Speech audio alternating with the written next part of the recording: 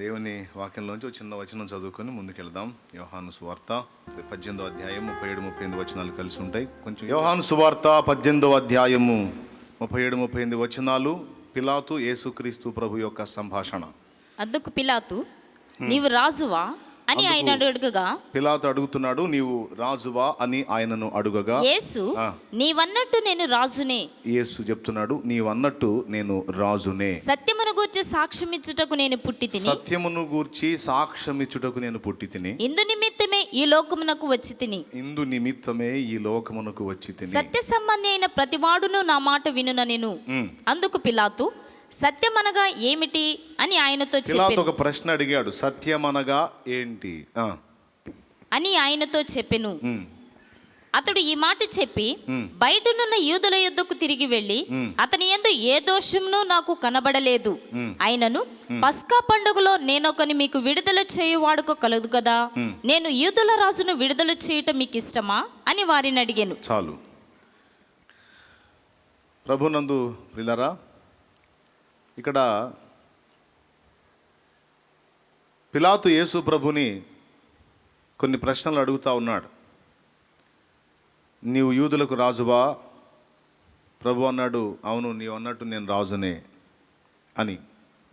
దానికి ముందు మరికొన్ని సంగతులు అడిగాడు. ఆ తర్వాత యేసు ప్రభువారు, నేను సత్యమును గూర్చి సాక్ష్యం ఇచ్చుటకు పుట్టి తిని, సత్య సంబంధియగు ప్రతివాడు నా మాట వినును అని ఆయన మాట్లాడాడు. ఆ తర్వాత పిలాతు అన్నాడు, సత్యమనగానేమి? కానీ అక్కడ ఏం రాసి ఉంటుందంటే, సత్యమనగానేమి అని అతడు ఆయనను అడిగెను అనాలి. సత్యమనగానేమి అని అతడు ఆయనను అడిగెను అని ఉండాలి. సత్యమనగానేమి అని అతడు ఆయనతో చెప్పెను అనుంది. అక్కడ కొంచెం లోపం కనపడుతుంది. సత్యం అనగానేమి అన్నకాడ క్వశ్చన్ మార్క్ వేసాడు చూడండి. అని అతడు ఆయనను అడిగెను అని ఉండాలి. కానీ సత్యం అనగానేమి అని క్వశ్చన్ మార్క్ వేసి అని అతడు ఆయనతో చెప్పాను అని ఆయనతో చెప్పాను. అతడు ఈ మాట చెప్పి బయటనున్న యూదుల యొద్దకు తిరిగి వెళ్ళి, అతని యందు ఏ దోషము నాకు కనబడలేదని ఇక చెప్పాడు. ఇక్కడ ఒక సంగతిని మనం గుర్తించాలి. యేసు ప్రభు వారిని పిలాతు కొన్ని ప్రశ్నలు అడిగాడు. అడుగుతూ సత్యం అనే దగ్గరకు వచ్చాడు. సత్య సంబంధి అయిన వాడు నా మాట వింటాడు అని ప్రభు అన్నాడు. సత్యమును గూర్చి సాక్ష్యం ఇవ్వడానికి నేను పుట్టానని ప్రభు అన్నాడు. ఈ రెండు మాటలు విని అతనికి ఒక ప్రశ్న పుట్టింది, సత్యం అనగానేమి అని. సత్యం అనగానేమి అని అడిగినోడు అక్కడే ఉన్నట్టయితే అసలు సత్యం అంటే ఏమిటో యేసయ్య ఇంకా ఏం మాట్లాడేవాడో బోల్డంత మ్యాటర్ మనకు దొరికేది. కానీ ఈ ప్రశ్న అడిగిన తర్వాత అతడు అక్కడ లేడు. ప్రశ్న అయితే అడిగాడు, కానీ ప్రభు సమాధానం ఇచ్చిన దాకా పిలాతు ఉండలా, తొందరపడి బయటికి వెళ్ళిపోయాడు. అంటే కొంతమంది కొన్ని అడుగుతారు, సమాధానం పొందిన దాకా ప్రభు సన్నిధిలో నిలవరు. కొంతమంది కొన్ని కోరతారు, కోరినవి దేవుడు అనుగ్రహించిన దాకా ఆయన సన్నిధిలో కనిపెట్టరు. కొన్ని పరిస్థితులకు బదులు అడుగుతారు, జవాబు ఇచ్చిన దాకా దేవుని సన్నిధిని నిలవరంగా ఉండరు. అడగటం అయితే ఒక అద్భుతమైన ప్రశ్న అడిగాడు, సత్యం అనగానేమి అని. కానీ యేసు ప్రభు నోరు తెరవబోయేంతలో అతడు అక్కడ లేడు. వెళ్ళిపోయి, ఇతని యందు నాకు ఏ దోషం కనబడట్లేదు కాబట్టి ఇతన్ని నేను వదిలేయాలనుకుంటున్నాను అంటే వదలటానికి వీల్లేదు అన్నారు వాడు. ఒకసారి ఆ వచనం చదవండి. అతడు ఈ మాట చెప్పి బయటనున్న యూదుల యొద్దకు తిరిగి వెళ్ళి, ఇతని యందు ఏ దోషమును నాకు కనబడలేదు, అయినను పస్కా పండుగలో నేనొకని మీకు విడుదల చేయ వాడుకో కలదు కదా, నేను యూదుల రాజును విడుదల చేయటం మీకు ఇష్టమా అని వారిని అడిగాను. పస్కా పండుగలో మీకు ఒకని విడుదల చేయటం అనేది నా వాడుక ఉంది కదా, ఆ పస్కా పండుగ సందర్భంగా నేను మీ రాజును వదులుతానన్నాడు. అప్పుడు వీళ్ళేమన్నారంటే, బరబ్బాను మాకు వదిలిపెట్టు, యేసుని సిలువ వేయించమని వీళ్ళు కేకలేశారు. సరే, ఆ మాట పక్కన పెడదాం. అసలు యేసు ప్రభువుని అడిగిన ప్రశ్న ఏంటి? అడిగిన ప్రశ్నకు సంపూర్ణంగా జవాబు పొందకుండా ఇతను బయటికి పరిగెత్తడం ఏంటి అనేది కొంచెం మనం ఆలోచన చేస్తే ఈ ఒక్క చోటే కాదు ఇలాంటి పరిస్థితి. ఒకసారి అపోస్తల కార్యం కూడా చూద్దాం మనం. అపోస్తల కార్యం 24వ అధ్యాయం 24వ వచనం. అపోస్తల కార్యములు 24. కొన్ని దినములైన తరువాత ఫెలిక్స్ యూదురాలైన ద్రుసిల్ల అను తన భార్యతో కూడా వచ్చి పౌలుని పిలిపించి, ఫెలిక్స్ అనేవాడు తన భార్య అయిన ద్రుసిల్లతో వచ్చాడు, పౌలు మహనీయుని పిలిపించుకున్నాడు. అసలు ఈయన చెప్పేది ఏందో విందామని మొదలుపెట్టి పౌలు ప్రసంగం చేస్తున్నాడు. చదవండి ఏం చేస్తున్నాడో. అప్పుడు అతడు నీతిని గూర్చియు ఆశా నిగ్రహమును గూర్చియు రాబోవు విమర్శను గూర్చియు ప్రసంగించుచుండగా, నీతిని గూర్చి ఆశా నిగ్రహాన్ని గూర్చి రాబోవు విమర్శను గూర్చి ప్రసంగించుచుండగా ఫెలిక్స్ మిగులు భయపడి 3 సంగతులు చెప్పాడు. ఏ 3 అతనిలో ఉన్నాయో ఆ 3 చెప్పాడు. అతను వింటూ భయపడ్డాడు. భయపడి ప్రసంగం చేస్తున్న పౌలుని ఆపేయించాడు. చదువు. ఇప్పటికి వెళ్ళుము, ఇప్పటి కొద్దిగా చాలు, నాకు సమయమైన. నువ్వు మాట్లాడుతుంటే నాకు కొంచెం భయం కలుగుతుంది, కాబట్టి నేను ఈ మాటలు వినను అని మనసులో అనుకొని, పౌలు గారు ఇప్పటికి చాలు, నాకు టైం లేదు, మరోసారి కలుసుకుందాం. వీళ్ళు కదిలించారు, కానీ అవతలి ప్రక్క నుంచి సమాధానం వచ్చిన దాకా నిరీక్షించలా. పిలాతు అంతే చేశాడు. సత్యం అనగానేమి అని అడిగాడు, కానీ సత్యమును గురించి ప్రభువు మాట్లాడినంతసేపు అతను ఉండలేకపోయాడు, పరిగెత్తాడు. ఫెలిక్సు అంతే చేశాడు. పౌలును పిలిపించి మరి అడిగాడు. పౌలు మొదలుపెట్టి కొన్ని సంగతులే చెప్పి కంప్లీట్ చేయకముందే చాలు ఇంతవరకే చాలు అని. ఇప్పుడు ఈ 2 సంగతులు మాకెందుకు చెప్తున్నావు నువ్వు అన్నది ఒక ప్రశ్న. అలాంటి దరిద్రులు కదిలిచ్చారు, పూర్తిగా తెలుసుకోకుండా వెళ్ళిపోయారు అనుకో, ఆ దరిద్రుల సంగతి మాకెందుకు అంటే ఈ దరిద్రం మన దగ్గర కూడా ఉంది, అందుకని చెప్తున్నా. బైబిల్ గ్రంథంలో అపోస్తల కార్యము 1వ అధ్యాయంలో 4-5 వచనాలను మనం చూడగలిగితే, ఆ 4-5 వచనాల్లో యేసు ప్రభు శిష్యుల్ని కలుసుకొని, మీరు యెరూషలేము నుండి వెళ్ళక నా వలన వినిన తండ్రి యొక్క వాగ్దానము కొరకు కనిపెట్టుడి. గతంలో మీరు నీళ్లలో బాప్తిస్మాన్ని గురించి చదువుమా. యోహాను నీళ్లతో బాప్తిస్మం ఇచ్చును గాని కొద్ది దినములలోగా మీరు పరిశుద్ధాత్మలో బాప్తిస్మం పొందెదరనెను. దేవునికి స్తోత్రం కలుగును గాక. పరిశుద్ధాత్మలో బాప్తిస్మం పొందెదరా. నేను పరిశుద్ధాత్మలో బాప్తిస్మం పొందక మునుపు, ఆత్మాభిషేకం పొందక మునుపు, పరిశుద్ధాత్మ శక్తి పొందక మునుపు మీరు యెరూషలేము నుండి వెళ్ళవద్దు అని సాక్షాత్తు యేసు ప్రభు వారే శిష్యులకు చెప్పాడు. అంటే శిష్యులకి సువార్త ప్రకటించమని, సర్వలోకానికి వెళ్ళి సర్వ సృష్టికి సువార్తను ప్రకటించి సకల జనులను నాకు శిష్యులుగా చేయండి అని చెప్పిన ప్రభువే, ఆజ్ఞ ఇచ్చిన ప్రభువే మరో ఆజ్ఞ కూడా ఇచ్చాడు.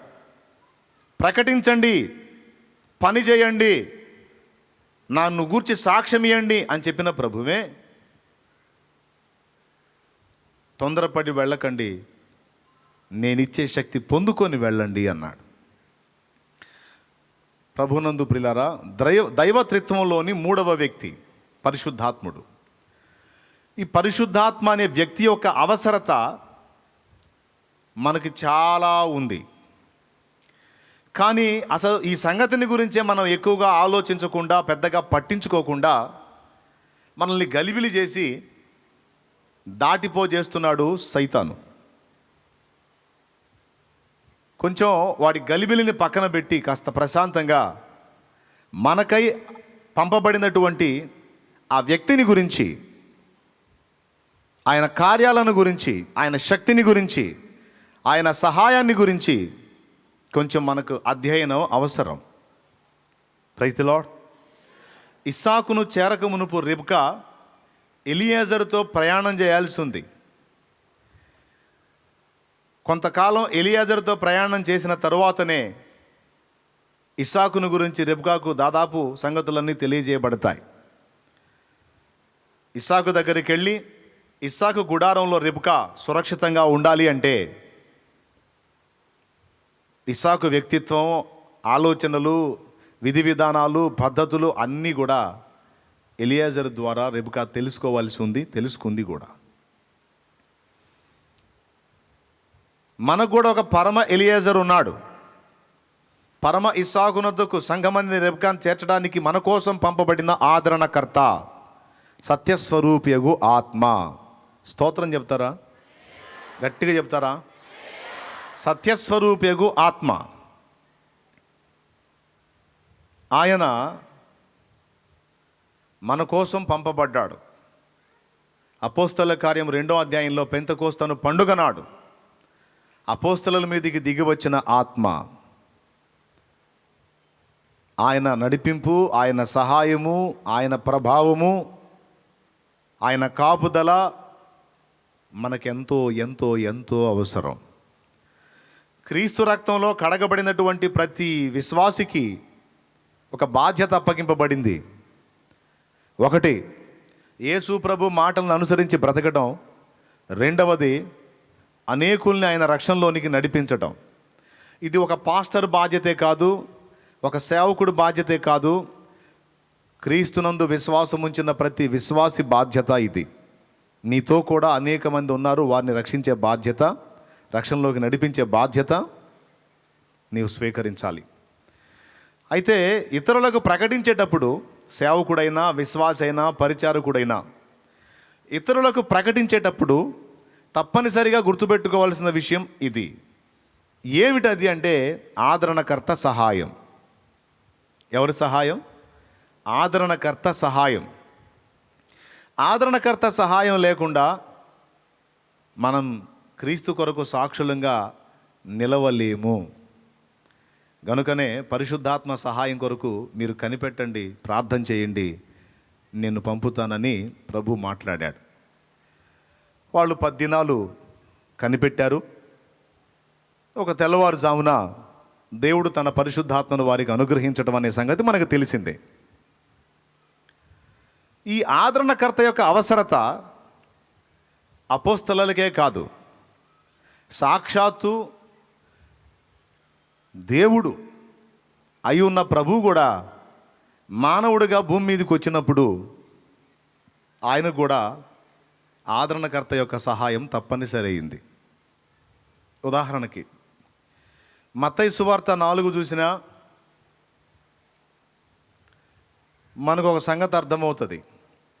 యేసు ప్రభు బాప్తిస్మం పొందిన వెంటనే ఏం జరిగిందో మీకు తెలుసు. ఆత్మ ఆయనను అరణ్యమునకు తోడుకొని పోయాడు. చదువుతావా? మత్తయి సువార్త లూకాలో ఉంటుంది.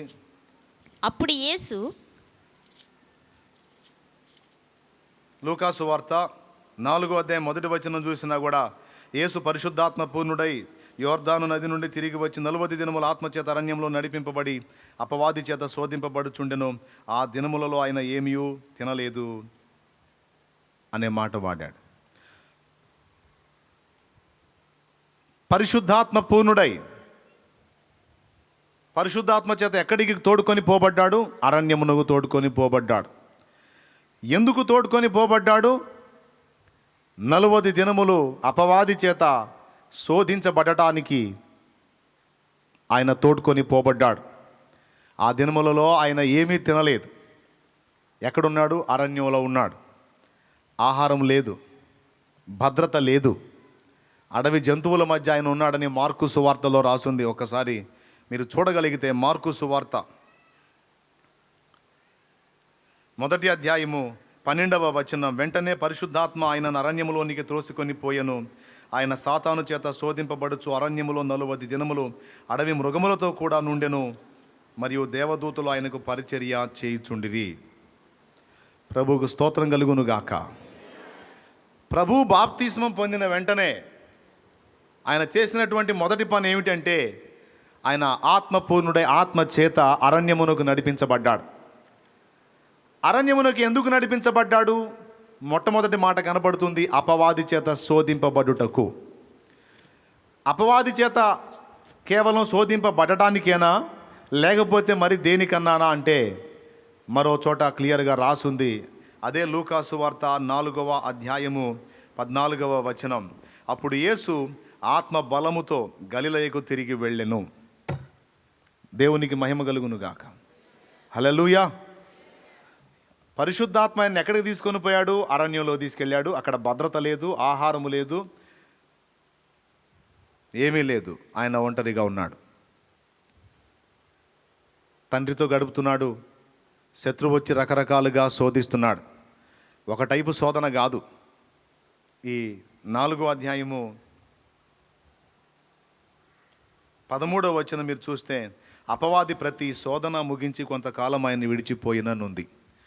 ప్రతి శోధన అంటే ఒక టైపు కాదు, రకరకాలుగా ప్రభువుని శోధించాడు. బాప్తిస్మం పొందినప్పుడు యేసు పరిశుద్ధాత్మ వశుడయ్యాడు. ఆ పరిశుద్ధాత్మ ఆయన్ని ఎక్కడికి తీసుకొని పోయాడు? వెంటనే నీవు ప్రకటించున్నట్లు ఊరిలోనికి పద అని తీసుకెళ్ళలా. Praise the lord. గట్టిగా చెప్పాలి ప్లీజ్. మళ్ళీ ఒకసారి చెప్పండి. బాప్తిస్మం పొందిన తర్వాత పరిశుద్ధాత్మ ప్రభువుని వశపరుచుకొని ఊళ్ళోకి తీసుకెళ్ళాల. వెళ్ళి ప్రకటించు అని అరణ్యంలో తీసుకెళ్ళాడు. భద్రతని దూరం చేశాడు, ఆహారాన్ని దూరం చేశాడు, శత్రువుని ఆయన ఎదుటికి తీసుకొచ్చాడు. 40 దినములు రకరకాలుగా ఆయన శోధించబడ్డాడు. అడవి జంతువుల మధ్య ఉన్నాడు. అయితే దేవదూతల ప్రొటెక్షన్ ఉంది. ఈ 40 దినాలు అయిన తరువాత ఆయన ఆకలి గొనగా అపవాది ఆయన యొద్దకు వచ్చి, 40 దినముల నుండి ఏమీ తినలేదు, మీ డాడీతో మాట్లాడుకుంటున్నావు, నేను ఎన్ని రకాలుగా తిప్పలు పడినా పట్టించుకోలా, పాప ఇప్పుడు బాగా ఆకలైనట్టుంది, మీ డాడీ ఏం పెట్టలేదా? శక్తి పొందుకున్నావా? సాతానుకు అర్థమైంది, ఈ 40 దినములు ఏకాంతముగా తండ్రితో గడిపి అన్ని రకాల ప్రతికూలతల మధ్య యేసు నిలిచి ఆత్మబలం పొందుకున్నాడని అపవాదికి అర్థమైంది కాబట్టే ఇంకే ప్రభావం అందుకున్నావుగా, శక్తి పొందుకున్నావు, ఈ రాళ్ళు రొట్టెలగునట్లు ఆజ్ఞాపించు అన్న. అంటే అపవాదికి ఏమర్థమైంది? ఈ 40 దినములో అతడు తండ్రితో గడిపాడు కనుక దేవుని శక్తిని పొందుకున్నాడు. ఇప్పుడు అతను ఒక మాట పలికితే జరుగుతుంది. ఈ రాళ్ళు రొట్టెలగునట్లు ఆజ్ఞాపించు అంటే యేసు అలా పలికితే అలా అవుతుంది అన్న సంగతి అపవాదికి తెలిసి ఆయన పొందుకున్నటువంటి ఆ శక్తి, ఆ బలము, ఆ ప్రభావం ఏదైతే ఉందో అది ప్రభు తన స్వీయతకు వాడుకునేటట్టు చేయడానికి వాడు ప్రోత్సహిస్తున్నాడు.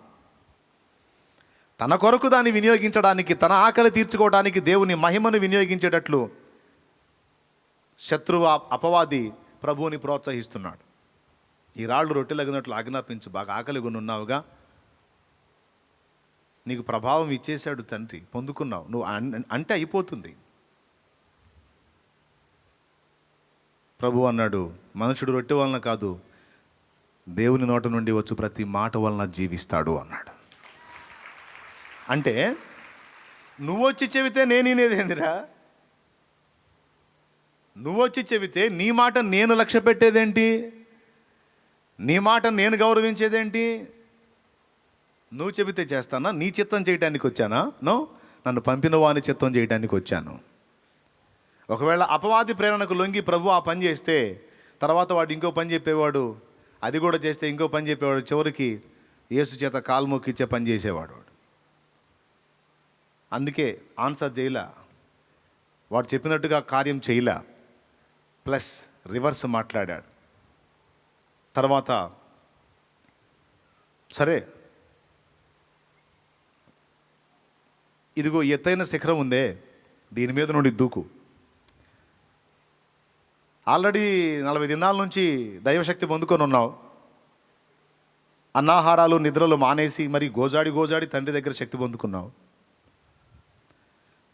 అన్ని వదిలిపెట్టి రిక్తుడిగా వచ్చి ప్రార్థన చేసి శక్తి పొందుకున్నావు, బాగుంది. పైనుంచి దూకు. నిన్ను తమ చేతుల మీద ఎత్తి పట్టుకుందురని 91వ కీర్తన 11వ వచనంలో ఉంది కదా దేవదూతల్ని గురించి. ఆయన నిన్ను గూర్చి తన దూతలకు ఆజ్ఞాపించును, వారు నీ పాదములకు రాయి అయినను తగులకుండా నిన్ను వారు తమ చేతుల మీద ఎత్తి పట్టుకొందురు అని ఉంది కదా. దూకు. అంత ఎత్తు నుండి దూకి కూడా నీకేం కాకపోతే ఇక ప్రజలు నీకు బ్రహ్మరథం పడతారు, ఇక ప్రజలు నిన్ను గొప్పవాడని పొగుడుతారు. దూకు. అంటే ఏదో ఒకటి వాడు చెప్పి ఆయన చేత చేయించడానికి ప్రయత్నం చేశాడు, కానీ ప్రభు ఆ మాటకి లోబడలేదు. దానికేం సమాధానం ఇచ్చాడు? నీ దేవుడైన ప్రభువును శోధింపవలదు. అంటే ఏంటి? కాపాడతాడా లేదా అని నా తండ్రినే పరీక్షించమని నాకు చెప్తున్నావా దరిద్రుడా? నేను చెయ్యను. ఆ తర్వాత 3వ మాట, ఒక్కసారి ఈ లోక రాజ్య మహిమలన్నీ చూడని చూపించి ఒక్క నిమిషంలో నా కాలు మొక్కితే వీటన్నిటినీ నీ కైవసం చేస్తానన్నాడు. అప్పుడు అన్నాడు, సాతానా పొమ్మో, నీ దేవుడైన ప్రభువుని మొక్కి ఆయనకే నమస్కరింపవాలని రాయబడి ఉన్నది. ఈ 3 చోట్ల వాక్యాన్నే వాడాడు. ఈ 3 సందర్భాల్లో వాక్యాన్నే వాడాడు. వాక్యం ఎత్తి మాట్లాడినప్పుడే ఎవడి నోరైనా మూతబడిద్ది. వాక్యం ఎత్తక మునుపు ప్రతి ఒక్కడు మాట్లాడుతూనే ఉంటాడు. అందుకే వాక్యమే మనకి ఖడ్గం, అందరి నోళ్ళు మూయించేది. వాక్యమే జీవం, వాక్యమే ప్రామాణికం, వాక్యమే ఖడ్గం, వాక్యమే అగ్ని, వాక్యమే బండల్ని బద్దలు చేసే సుత్తి, వాక్యమే దేవుడు. ప్రభువుకు స్తోత్రం కలుగును గాక. ఎక్కడ ఆయన సొంత మాటలు వినియోగించలేదు, సాక్షాత్తు లేఖనాల్లో రాయబడిన వాటిని ఎత్తి మాట్లాడాడు. మనుషుడు రొట్టె వలన కాదు, దేవుని నోట నుండి వచ్చు ప్రతి మాట వలన జీవిస్తాడనేది లేఖనమే, పాత నిబంధన లేఖనం. అంతేకాదు నీ దేవుడైన ప్రభువుని శోధింపవలదు అన్నది కూడా లేఖనమే. నీ దేవుడైన ప్రభు అద్వితీయ ప్రభు, ఆయనకే మొక్కి ఆయనకే నమస్కరింపవలెను అన్నది కూడా లేఖనమే. 3 రిఫరెన్సెస్ శత్రువు ముందు పెట్టి నోరు మోయించాడు. ఇక అర్థమైపోయింది శత్రువుకి, ఆత్మ బలంతో నిండుకున్నాడు. ఇక నా పప్పులు ఇతని దగ్గర ఉడకవని వదిలిపెట్టి వెళ్ళాడు. అంటే ఇన్నాళ్ళు పడిగాపులు కాశాడు, పోరాడాడు, కనిపెట్టాడు, ప్రార్థించాడు, శక్తి పొందుకున్నాడు. ఏదన్నా మెతకుందా? ఫుల్ఫిల్ అయ్యాడా? అన్ని టైపుల్లో ప్రతి శోధన ముగించి అన్ని టైపుల్లో టెస్ట్ చేసి తిరుగులేదరబ్బాయి, ఒరిజినల్గా నింపబడ్డాడు. అచ్చ ఒలీవ తైలం పడింది, దంచి తీసిన అచ్చ ఒలీవ తైలం పడింది, నకిలీ తైలం పడలేదు. ఎందుకంటే నకిలీ తైలం పోసేది వాడేగా. కాబట్టి నా పప్పులేం ఉడకవు, ఒరిజినల్గా శక్తితో నింపబడ్డాడు, భ్రమలో లేడు. కొంతమంది భ్రమలో బ్రతుకుతుంటారు, ఒరిజినల్గా దేవుని పరిశుద్ధాత్మ ప్రభావాన్ని పొందరు, కానీ పొందినట్టు భ్రమలో బ్రతుకుతూ ఉంటారు. భ్రమ కాదు, ప్రభు పొందిన ఆత్మశక్తి ఒరిజినల్. స్తోత్రం చెబుదామా? గట్టిగా చెబుదామా? ఒరిజినల్. 40 దినములు అలాగ అరణ్యపు అనుభవంలో గడిపి అపవాది చేత శోధింపబడి ఆ శోధనలో గెలిచి వాడు ప్రతి శోధన ముగించి వెళ్ళిపోయాడు. వాడికి ఏమర్థమై ఉంటుంది మీరు చెప్పండి? యేసు శరీర విషయంలో బలహీనుడుగా ఉండి ఆత్మ విషయంలో బలవంతుడయ్యాడు.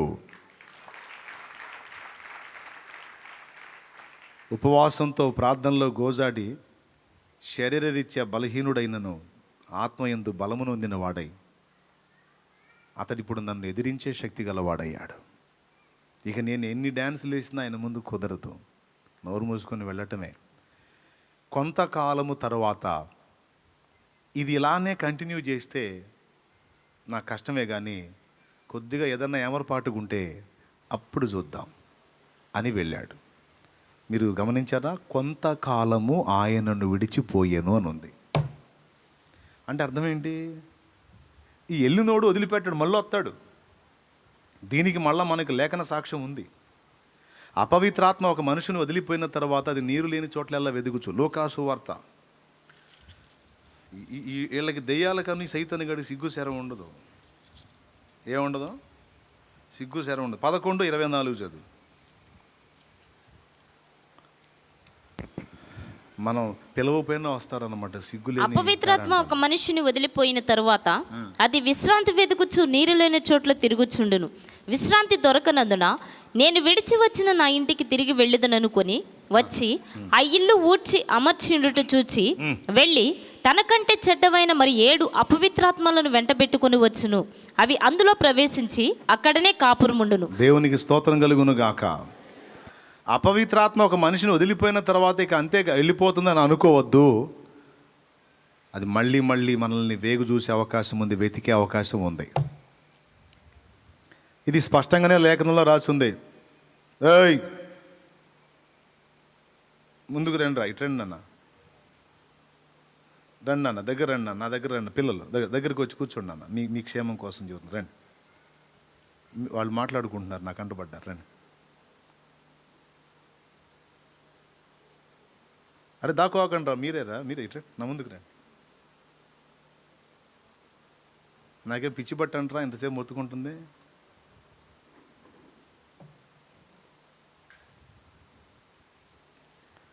ప్రతి ఒక్కళ్ళు జాగ్రత్తగా వినండి.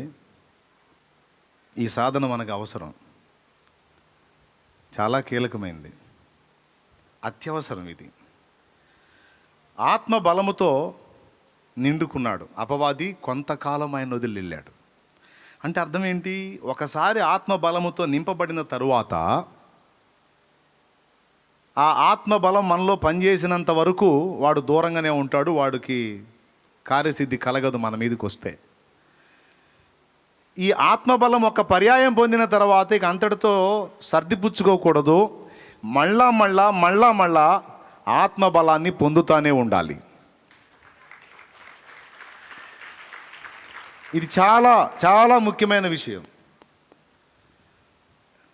ఎఫెసులోనున్న సంఘపు దూతకి ఇలాగూ రాయమని చెప్పి,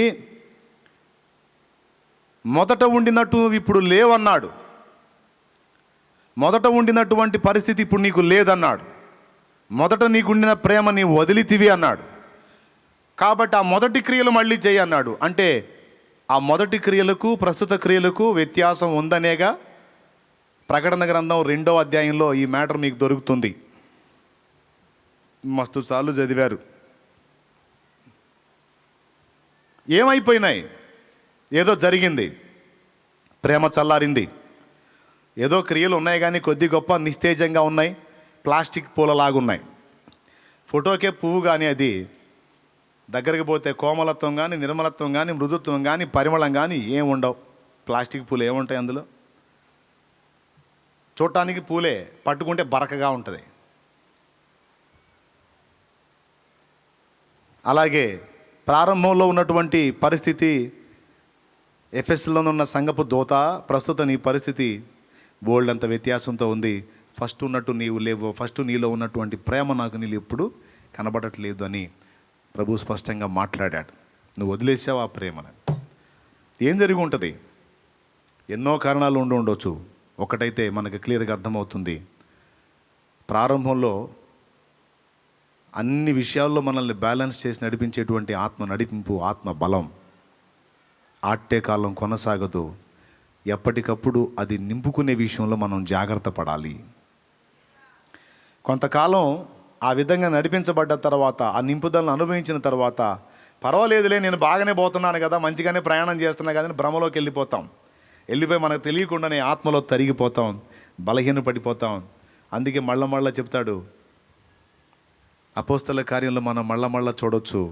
పెంతెకోస్తు పండుగ నాడు వారు పరిశుద్ధాత్మతో నింపబడ్డారు, అన్య భాషలు మాట్లాడారు. ఎన్నో అధ్యాయంలో? 2వ అధ్యాయంలో. ఈ గ్లాసుని ఒకసారి నింపాను, ఎడబెట్టాను, మళ్ళీ నింపడానికి కుదిరిద్దా? అందరూ నోరు తెరిచి సమాధానం చెప్పండి. ఈ గ్లాసుని నింపాను, ఎడబెట్టాను, మళ్ళీ నింపడానికి కుదిరిద్దా? కుదిరిద్దా?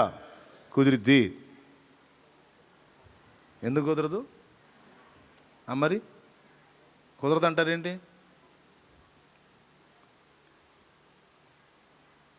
కుదిరిద్ది. ఎప్పుడంటే ఇందులో నీళ్లు ఖర్చు అయిపోయినప్పుడు, లేదా నేను తాగేసినప్పుడు, లేదా మరెవడో తాగినప్పుడు ఇది ఖాళీ అవుతుంది. అప్పుడు మళ్ళీ నింపడానికి కుదిరిద్ది. Praise the Lord. హల్లెలూయా. ఇది నింపబడి అలాగే ఉందనుకో, ఇంకా నింపడానికి కుదరదు. ఇందులో అది ఖర్చు అయిపోతే మళ్ళా కరెక్టే కదా? డౌట్ లేదుగా, అనుమానం లేదుగా, రైట్? అపోస్తల కార్యం 2వ అధ్యాయం ఒకసారి చూడండి.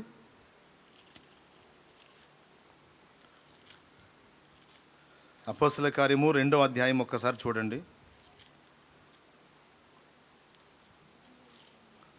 చదువుమా, 3వ వచనం నుంచి చదువు, లేదా 3వ వచనం నుంచి చదువు. మరియు అగ్నిజ్వాలల వంటి నాలుకలు విభాగింపబడినట్టుగా వారికి కనబడి వారిలో ఒక్కొక్కని మీద వ్రాలగా అందరూ పరిశుద్ధాత్మతో నిండిన వారై ఆ ఆత్మ వారికి వాక్శక్తి అనుగ్రహించిన కొలది అన్ని భాషలతో మాట్లాడసాగిరి. 4వ వచనం, అందరూ పరిశుద్ధాత్మతో నిండిన వారై అనేది అండర్లైన్ చేసి రౌండ్ కొట్టండి. అందరూ పరిశుద్ధాత్మతో నిండిన వారై. అయిపోయింది కదా? ఇప్పుడు జస్ట్ పేజీ తిప్పి 4వ అధ్యాయము 31వ వచనం చదవండి. వారు ప్రార్థన చేయగానే వారు కూడి ఉన్న చోటు కంపించెను. అప్పుడు వారందరూ పరిశుద్ధాత్మతో నిండిన వారై దేవుని వాక్యమును ధైర్యముగా బోధించిరి. ఎన్నిసార్లు నిండుతారండి? ఎన్నిసార్లు నిండుతారు? ఇప్పుడు ఇది ఎన్నిసార్లు నింపుతాయి? ఒకసారి నింపాము, ఒకసారి నింపిన ఈ గ్లాసుని మళ్ళీ అట్లా నింపుతావు. ఒకవేళ మళ్ళా నిండింది అంటే అంతకుముందు నింపబడింది ఏమైంది? ఆ శక్తి ఏమైంది? లేకపోతే ఆ పానీయం ఏమైంది? ఖర్చు అయిపోయింది, వినియోగించబడింది, ఖాళీ అయింది. సో మళ్ళీ నింపబడింది. ఇది నా మాటలు నేను చెబుతున్నానా, లేఖనంలో ఉన్నది మీకు చూపించి మాట్లాడుతున్నానా? పెంతెకోస్తు పండుగ నాడు అపోస్తల కార్యం 2లో వారందరూ పరిశుద్ధాత్మతో నిండుకున్నారు. మళ్ళీ 4వ అధ్యాయంలో మళ్ళీ నిండుకోవటం ఏంటి? 31లో ఆల్రెడీ ఒకసారి నింపబడ్డది అలానే ఉంటే మళ్ళీ నింపబడేది ఏంది? అంటే ఇక్కడ ఏమర్థమవుతుందంటే, ఒక వ్యక్తి పరిశుద్ధాత్మ యొక్క శక్తిని పొందుకున్న తర్వాత ఆ పొందుకున్న శక్తి ఇక జీవితకాలం అంతా ఆ ఒక్క మారు పొందుకున్న శక్తే సరిపోదు. మళ్ళా ఆ అవసరతను గుర్తించి దేవుని ఆశ్రయించి ఎప్పటికప్పుడు పరిశుద్ధాత్మ బలమును పొందవలసిందే. పరిశుద్ధాత్మ సహాయం ఎప్పటికప్పుడు అపేక్షించవలసిందే. ఇది చాలా ప్రాముఖ్యమైన విషయం. ఆ శక్తి లేకుండా, ఆ బలం లేకుండా, ఆ ప్రభావంతో నింపబడకుండా, ఆ నడిపింపు పొందకుండా మనం దేవుని కొరకు మంచి ఫలం ఫలించాలంటే సాధ్యం కాదు. అసలు మనం నిలదొక్కటమే సాధ్యం కాదు, ఇంక ఎదుటోళ్ళని నిలబెట్టడం ఎట్లా సాధ్యమైద్ది? మనం నిలబడటమే సాధ్యం కాదు, అయితే ఎదుటోళ్ళని నిలబెట్టడం ఎలా సాధ్యమైద్ది? సాధ్యం కాదు. ఇప్పుడు పాయింట్కి వస్తా. అపోస్తలులకి ఏం చెప్పాడు? శక్తి పొందకుండా మీరు వెళ్ళొద్దు అన్నాడు. అందరూ సేవకులు ముఖ్యంగా గుర్తుపెట్టుకోవాలి, నేనిచ్చేటువంటి శక్తి పొందకుండా మీరు వెళ్ళొద్దు అంటే ముందేం చేయమన్నాడు? నా కోసం కనిపెట్టుకోండి అనే మాట వాడాడా లేదా? తండ్రి వలన వినిన వాగ్దానం నేను మీకు చేశాను కదా, ఆ వాగ్దానం మీరు పొందినట్లు కనిపెట్టుడి అనే మాటను చూడు. అపోస్తల కార్యం 1వ అధ్యాయము. ఆయన వారిని కలుసుకొని ఇలాగూ ఆజ్ఞాపించును, మీరు యెరూషలేము నుండి వెళ్ళక చదువుతుంది మళ్ళీ, నా వలన వినిన తండ్రి యొక్క వాగ్దానము కొరకు కనిపెట్టుడి. అదిగో ఫస్ట్ నా వలన వినిన తండ్రి యొక్క వాగ్దానమును పొందినట్లు కనిపెట్టండి. కాచుకోండి, నా సన్నిధిలో కనిపెట్టండి. ఆ శక్తిని మీ మీదికి పంపుతా, ఆ బలాన్ని మీ మీదికి పంపుతా, ఆయనను మీకు జతపరుస్తా. ఓకే, పొందుకున్న తర్వాత వెళ్ళండి అన్నాడు. ఈరోజు సేవకు వచ్చాం, సేవ చేస్తున్నాం. అసలు ఈ అవసరత ఎంత కీలకమైందో మనం గుర్తించామా? ఆల్రెడీ రన్నింగ్లోకి వెళ్ళి సంఘాల్లో ప్రభు పాలన ఇస్తా, కాపర్లుగా చలామణి అవుతా, సేవకులుగా, దైవజనులుగా, దైవజనురాండ్రుగా దేవుని పని చేస్తున్నాం కదా దేవుని పని. కానీ అది ఎలా ఉందో తెలుసా? అపోస్తలిక పరిచర్యలాగా లేదు. నిస్సారంగా, నిస్తేజంగా. ఏంటి ఎట్లా ఉంది సుధీర్? ఎట్లా ఉంది? నిస్సారంగా, నిస్తేజంగా, అదొక టైపులో ఉంది. ఎందుకుంది? ఉత్సాహం లేదేంది? ఉల్లాసం లేదేంది? ఆనందం లేదేంది? పరవశం లేదేంది? పులకింత లేదేంది? అభివృద్ధి లేదేంది? ఫోర్స్ కనపడదేంది? ఎందుకని? ఏం జరిగింది? ఏది కీలకమై ఉందో అది పక్కకు నెట్టబడింది, అది మూలకు త్రోసివేయబడింది. ఏంటిది అది అంటే పరిశుద్ధాత్మ అనే వ్యక్తి. పరిశుద్ధాత్మ అనే వ్యక్తి మూలకు నెట్టివేయబడ్డాడు. మనం పట్టించుకోవాల్సినంత ప్రాముఖ్యత లేనివాడుగా చేయబడ్డాడు. చిత్రం ఏంటంటే పాటలు పాడుతున్నాం మళ్ళా, పరిశుద్ధ ఆత్ముడా, పరిశుద్ధాత్ముడా. ఆరాధనలోనే గుర్తొస్తాడు మనకి. ఎక్కడ? ఆరాధనలోనే గుర్తొస్తాడు, ఇక తర్వాత గుర్తురాడు. చిత్రం ఏంటంటే ఆయన మీలో ఉన్నాడు, మీతో ఉన్నాడని యేసయ్య చెప్పాడు. యోహాను సువార్త 14:16 నుంచి మీరు చదివితే, నేను వేరొక ఆదరణకర్తను మీకోసం పంపుతాను, లోకం ఆయనను ఎరగదు గనుక ఆయనను పొందనెరదు, మీరు ఆయనను ఎరుగుదురు గనుక ఆయన మీతో కూడా నివసించును, మీలో ఉండును అన్నాడు. ఎఫెసీ పత్రిక 4 అన్నాడు, విమోచన దినం వరకు ఆయన యందు మీరు ముద్రించబడి ఉన్నారు అన్నాడు. Praise the Lord. అపోస్తల కార్యం 15:28 అన్నాడు, పరిశుద్ధాత్మకును మాకును తోచెను అని. పరిశుద్ధాత్మ అపోస్తలిక సంభాషణలో, అపోస్తలుల సంభాషణలో ఆయన కూడా కూర్చొని ఉన్నాడు. వారు తలపెట్టినటువంటి ఒక సిద్ధాంతం, చేసిన ప్రతిపాదన పరిశుద్ధాత్మ ఆమోదం పొందిన తరువాతనే పబ్లిక్ చేశారు. పరిశుద్ధాత్మ ఆమోదం పొందక మునుపు వారు దాన్ని పబ్లిక్ చేయలేదు. అపోస్తల కార్యం 15:28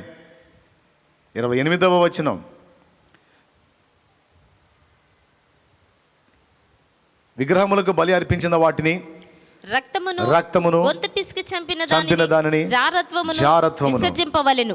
ఈ అవశ్యమైన వాటి కంటే ఎక్కువైన ఏ భారమును మీ మీద మోపకూడదని పరిశుద్ధాత్మకును మాకును తోచెను. ఈ అవశ్యమైన వాటి కంటే ఎక్కువైన మరి ఏ భారమును మీ మీద మోపకూడదని పరిశుద్ధాత్మకును మాకును తోచెను. అంటే వీళ్ళు ఏమనుకున్నారో ఆ అనుకున్నది ముందు దేవుని ముందుకు తీసుకెళ్ళి పరిశుద్ధాత్మ యొక్క ఆమోద ముద్ర పొందిన తర్వాతే పత్రికలు పంపించారు. చప్పట్లు కొడదామా? ఎందుకులే అనుకుందామా? ఎవరిని బట్టి? అపోస్తలులను బట్టి, వాళ్ళ అనుభవాన్ని బట్టి. ధనానికి ఆ రోజు విలువ లేదు, ఈరోజు ధనం రాజ్యం వెళ్తుంది. పేరు గొప్పలకు ఆనాడు విలువ లేదు. ప్రజలు వచ్చి మీరు సామాన్యులు కాదు, అమ్మో హెర్మే ద్యుపదీలు మీరు అని పౌలు బర్నబాలను వస్త్రాలు చించుకొని మరి రోడ్డును పడ్డారు. వస్త్రాలు ఎవరు చించుకుంటారో తెలుసా? వెర్రి పట్టిన వాళ్ళ, పిచ్చివాళ్ళ. ఆ అన్యులు వచ్చి మీరు హెర్మే ద్యుపదీలని పౌలు బర్నబాలను గురించి మాట్లాడి వాళ్ళకి సన్మానాలు చేసి వాళ్ళకి ఎడ్లను తీసుకొచ్చి బలియటానికి ట్రై చేస్తే, ఎందుకంటే ఒక కాళ్ళు లేని వాడికి కాళ్ళు తెప్పించారు వాళ్ళు అని వీళ్ళ నమ్మకం. ప్రభువునందు ఉంచిన విశ్వాసము, ఆయన వాక్కులోని శక్తి, ఆయన నామంలోని బలం వానికి సత్తువునిచ్చింది. అది వీళ్ళకి తెలుసు, కానీ అన్యులకు తెలియదు. చేసింది మీరే కాబట్టి మీకే మొక్కుతామని మొక్కుతుంటే వస్త్రాలు చించుకొని జనాలకు దండం పెట్టారు. అయ్యలారా, మేము మీ బోటి మనుషులమే, మమ్మల్ని ఎందుకు ఇంత ఘనపరుస్తున్నారని మాట్లాడారు. ఈరోజు ఏ కొంచెం అవకాశం అందిపుచ్చుకొనైనా సరే ప్రజల్లో ఘనత పొందుదాం, గొప్పగా గుర్తింపు పొందుదాం, ప్రజల్లో కనపడదాం, నాకంటూ ఒక బేస్ ఏర్పాటు చేసుకుందాం, నేను క్లిక్ అవుదాం, ఏ విధంగా ఏ టైపులో వెళ్తే క్లిక్ అవుతాను, ఎలా వెళ్తే గుర్తింపబడతాను, ఏ విధంగా నేను చేస్తే ప్రజల్లో బాగా హైలైట్ అవుతానని పిచ్చి పిచ్చి వ్యూహాలన్నీ వెతుక్కొని ఈరోజు దేవుని నామము కోసం తమ ఘనతను కూడా అవమానాన్ని ఆనాడు అపోస్తలులు మార్చుకుంటే ఈరోజు తమ ఘనత కొరకు దేవుని నామాన్ని అడ్డం పెట్టేటువంటి దరిద్రగుట్టు స్థితికి దిగజారిపోయింది పరిస్థితి. ఆనాడు అధికారాలకు విలువలు లేవు, రాజైనా సామాన్యుడైనా ఒకటే. ఈరోజు అధికారాలు వచ్చేసినాయి, పెత్తనాలు వచ్చినాయి, డబ్బు, పదవి, గుర్తింపు, ఘనత, లోకాశలు, శరీరేచ్ఛలు, భోగేచ్ఛలు అన్నీ ఎంటర్ అయిపోయినాయి. ఆనాటికి ఈనాటికి తేడా ఏంటి?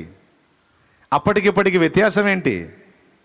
ఒక్కటే తేడా, ఆనాడు దైవత్రిత్వంలో 3వ వ్యక్తి నాయకుడై నడిపించాడు, అందరూ ఆయన చేత నడిపించబడ్డారు.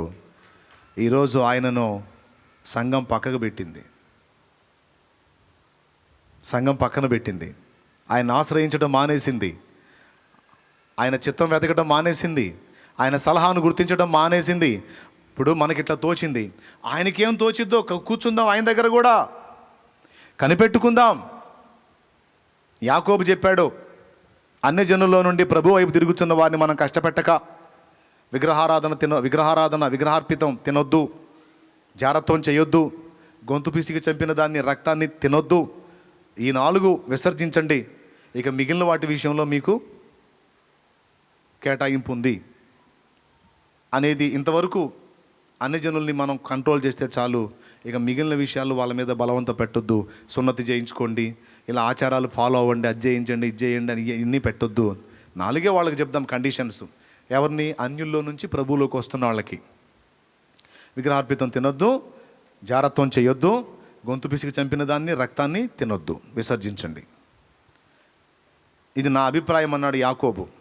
నీ అభిప్రాయం సరే యాకోబు, ఇందును గూర్చి మన నాయకుడు పరిశుద్ధాత్ముడు ఏమంటాడో కూర్చుందాం రండని అందరూ కూర్చున్నారు దేవుని ముందు. అప్పుడు పరిశుద్ధాత్మ తన ఆమోదాన్ని తెలిపాడు. యాకోబు చెప్పిన ఆలోచనతో నేను ఏకీభవిస్తున్నాను, అది బాగానే ఉంది, అదే చెయ్యండి అన్నాడు. ఆ మాట తీసుకొని అలాగే అడుగులు వేశారు. ఆత్మ ఏమి చెప్పాడో ఆ సంగతులే హెచ్చరించారు. తిమోతి చూడు ఎంత బాగా అంటాడో. తిమోతికి రాస్తూ పౌలు మహనీయుడు తిమోతి పత్రికలో, తిమోతికి రాసిన మొదటి పత్రిక 4వ అధ్యాయము 1వ వచనం నుంచి, అయితే కడవరి దినములలో కొందరు అబద్ధీకుల వేషధారణ చేతను మోసపరుచు ఆత్మల యందును దయ్యముల బోధ యందును లక్ష్యముంచి విశ్వాస భ్రష్టులగుదురని ఆత్మ తేటగా చెప్తున్న మాటని పౌలు గుర్తుపట్టగలిగాడు. స్తోత్రం చెబుతారా? గట్టిగా చెప్తారా? ఆత్మ ఎలా మాట్లాడతాడో పౌలుకు తెలుసు, ఎంత తేటగా మాట్లాడతాడో పౌలుకు తెలుసు. భవిష్యత్తులో ఏం జరగబోతుందో చెప్పాడు ఆత్మ. యెరూషలేము నుండి ఐథియోపియాకి వెళ్తుంది రథం, గాజాకు పోయే మార్గంలో గుండా ఫిలిప్పు దగ్గరకు వచ్చాడు. ఫిలిప్పు, నీవు లేచి నడుము కట్టుకో అన్నాడు. నడుము ఎందుకు కట్టుకోవాలి తెలుసా? నడక మొదలు పెట్టాలి, ప్రయాణం.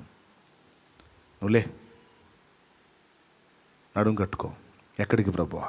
పరిశుద్ధాత్మ మాట్లాడుతున్నాడు, ఆదరణకర్త మాట్లాడుతున్నాడు, సత్యస్వరూపేగా ఆత్మ మాట్లాడుతున్నాడు. ఆ స్వరాన్ని గుర్తుపట్టాడు, లేచి నడుము కట్టాడు. అలాగో ఎప్పుడైతే నడక మొదలు పెట్టాడో ఆ ఊరు దాటాడో లేదో అలాగో ఫిలిప్పును కొనిపోయాడు ఆత్మ. ఫిలిప్పును కొనిపోయాడు. ఎక్కడికి తీసుకెళ్ళి పెట్టాడో తెలుసా? యెరూషలేము నుండి గాజాకు పోయే మార్గంలో నిలబెట్టాడు.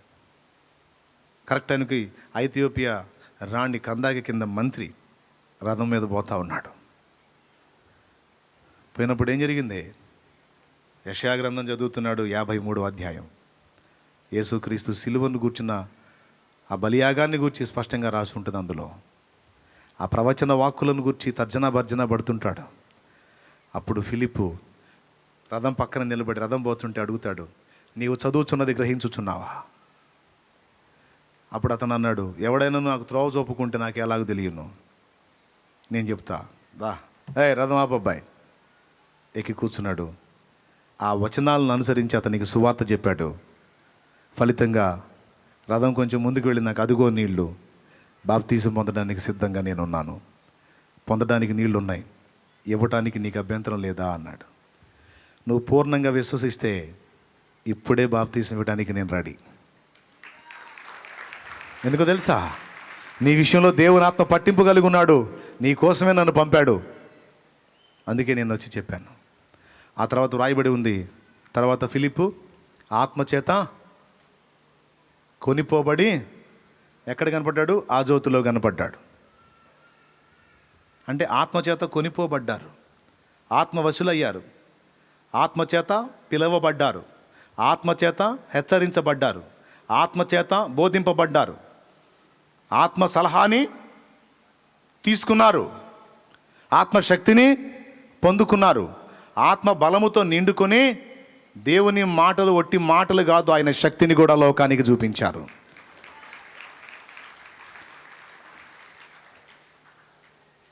ప్రైజ్ ది లార్డ్, హల్లెలూయా. ఇక మిగిలిన వాటికి వేడికి తావులేదు. ఈరోజు అతడు ఒకడు ఉన్నాడన్న సంగతి, అతని గురించి కొంచెం ఆలోచించాలన్న సంగతే మనకి పట్టింపు లేని సంగతి అయిపోయింది. పరిశుద్ధాత్మ స్థానంలో మానవ ఐడియాలజీ ప్రవేశించింది. పరిశుద్ధాత్మ ప్లేస్లో మనుష్య ఆలోచన, మనుష్య ఉద్దేశం, మనుష్య చిత్తం, మనుష్యాభిప్రాయం, మనుష్య సంకల్పం, మనుష్య నడిపింపు ఎంటర్ అయిపోయింది. అందుకే నిస్తేజం, నిస్సారం, ఏదో అంత హడావుడిగా కనపడుతుంది కానీ అదంత ఫలభరితంగా లేదు.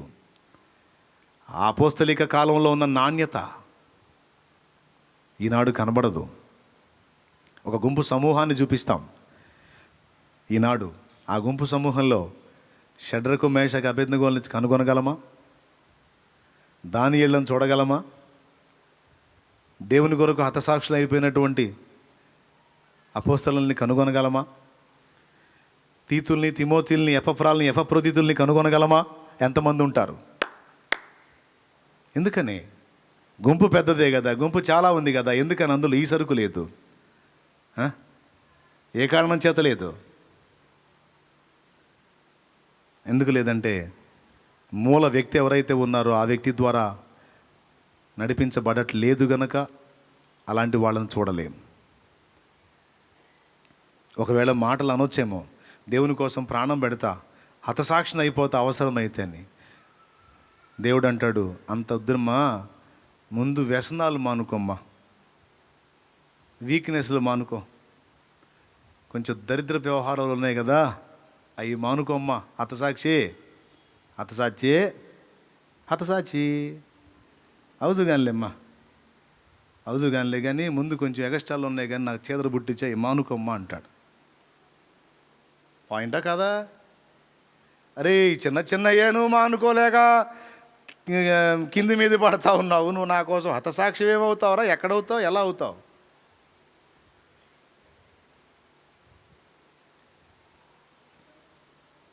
అసలు అవన్నీ పక్కన పెట్టు. అరే అన్నిటినీ అధిగమించే బలం నా దగ్గర ఉంది, నేను ఇస్తా. కుదురుగా నా దగ్గరకు వచ్చి కనిపెట్టుకునే అలవాటు ఉందిరా నీకు? అసలు నిరుపు నిదానం కలిగి నా సన్నిధిలో కనిపెట్టుకునే ఆ అలవాటు ఉందా నీకు? పట్టుమని 10 దినాలు కూర్చున్నవరా నా దగ్గర, దరిద్రుడా అంటాడు దేవుడు మనల్ని. ఒరే దరిద్ర శిఖామణి, కూర్చున్నావురా నా దగ్గర, నువ్వు ఏం సాధిద్దామనరా పరిగెత్తుతున్నా? పొద్దున్న లేచిన కాడి నుంచి ఏం పొడుద్దామని ఏం పొడిచావు? ఏం సాధించావు? ఏమే కుప్పేశావురా నువ్వు? ఎట్లా సాధిస్తావురా నాయనా? చీకటి ఏలుతున్న లోకం రా ఇది, పాపము నిండిన ప్రపంచం రా ఇది. శత్రువు మోసగాడురా, వంచకుడు వాడు నీకంటే బలవంతుడు రా పిచ్చోడా, పిచ్చి దానా. ఎట్లా సాధ్యం అనుకున్నావు? నా శక్తి లేకుండా పోయి ఏం సాధిస్తావు నువ్వు? ఎప్పుడు నువ్వు కూర్చొని ఎన్ని రోజులు అయింది? 10 రోజులు. అన్నీ మానుకొని నా దగ్గర 10 రోజులు కూర్చొని ఎన్ని రోజులు అయింది? కూర్చున్నావా నువ్వు నా దగ్గర? కనిపెట్టుకునే ఓపిక ఉందా నీకు? కాచుకునే భారం ఉందా నీకు? ఎక్కడి నుంచో ఆడుకో పడిపోయావు నాయన. నువ్వు అనుకుంటున్నావు ఏదో లాగుతున్నాను, ఏదో సాధిస్తున్నాను. నీ బొంద ఏం చేయలేవురా నువ్వు అంటున్నాడు దేవుడు.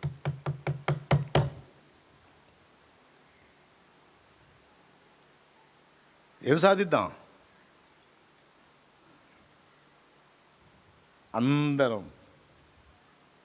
అందరం ఆలోచించాల. ఈ ఏడున్నారు ఈ పాస్టర్లో, ఐగోర్లు అయ్యా, పెద్ద ఐగోర్లు, చిన్న ఐగోర్లు అందరినీ నాతో మొదలుకొని మనందరితో దేవుడు ఇదేం మాట్లాడుతున్నాడు. నా ప్రియమైన దేవుని బిడ్డలారా, ఆలోచన చేయండి. ఈరోజు ఎన్ని రకాల పరిస్థితులు వచ్చినాయండి. దేవుని సన్నిధిలో కాచుకొని కనిపెట్టుకొని ఒరిజినల్గా దేవుని ఆత్మశక్తితో నింపబడి ఆ బలాన్ని, ఆ ప్రభావాన్ని అనుభవించి ఆ తర్వాత లోకంలోకి వెళ్ళి బగ్గున మండిన అనుభవాలు ఈరోజు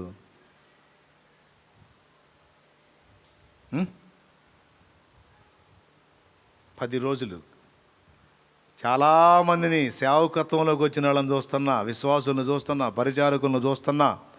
ఈ 10 దినాలు ప్రత్యేకంగా దేవుని ఆత్మబలం కోసం నేను ఏకాంతంగా ప్రార్థనలో గడపాలనుకుంటున్నాను బ్రదర్. ఈ 10 దినాలు నేను దేవునితో కూర్చోవాలనుకుంటున్నాను, నేను ప్రభుతో గడపాలనుకుంటున్నాను అని చెప్పినోడు ఒక్కడ కనపడలా నాకు.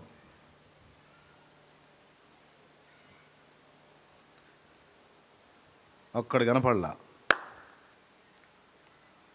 అంటే అన్నింటినీ సాధించి పెట్టే ఆదరణకర్త ఉన్నాడు, కానీ ఆయన దగ్గరకు వచ్చి కూర్చొని కాస్త కనిపెట్టుకొని ఆయన నడిపింపుని, ఆయన హెచ్చరికని, ఆయన సలహాని, ఆయన ఆలోచనని, ఆయన బలాన్ని, ఆయన నడిపింపుని పొందటానికి ఇప్పుడు నిరుపునిదానం లేదు. కౌన్ బనేగా ఏక్ దిన్ మే కరోడ్పతి, కౌన్ బనేగా ఏక్ దిన్ మే కరోడ్పతి.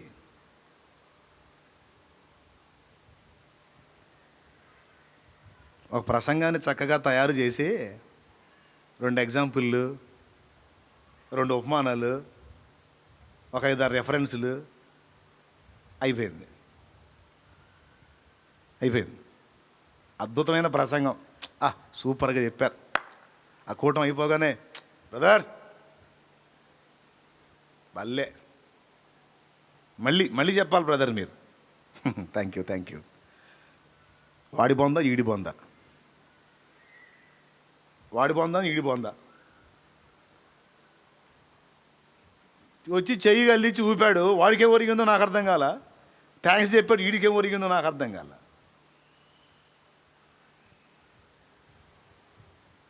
ఆత్మయందు తీవ్రత కలిగి మంట కలిగి పొడవబడినోడు వచ్చి బ్రదర్ కాదు, ఆడబడి ఏడుతుంటాడు వాడు.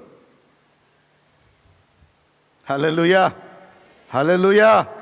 ఆడబడి ఏడుతుంటాడో. ఏది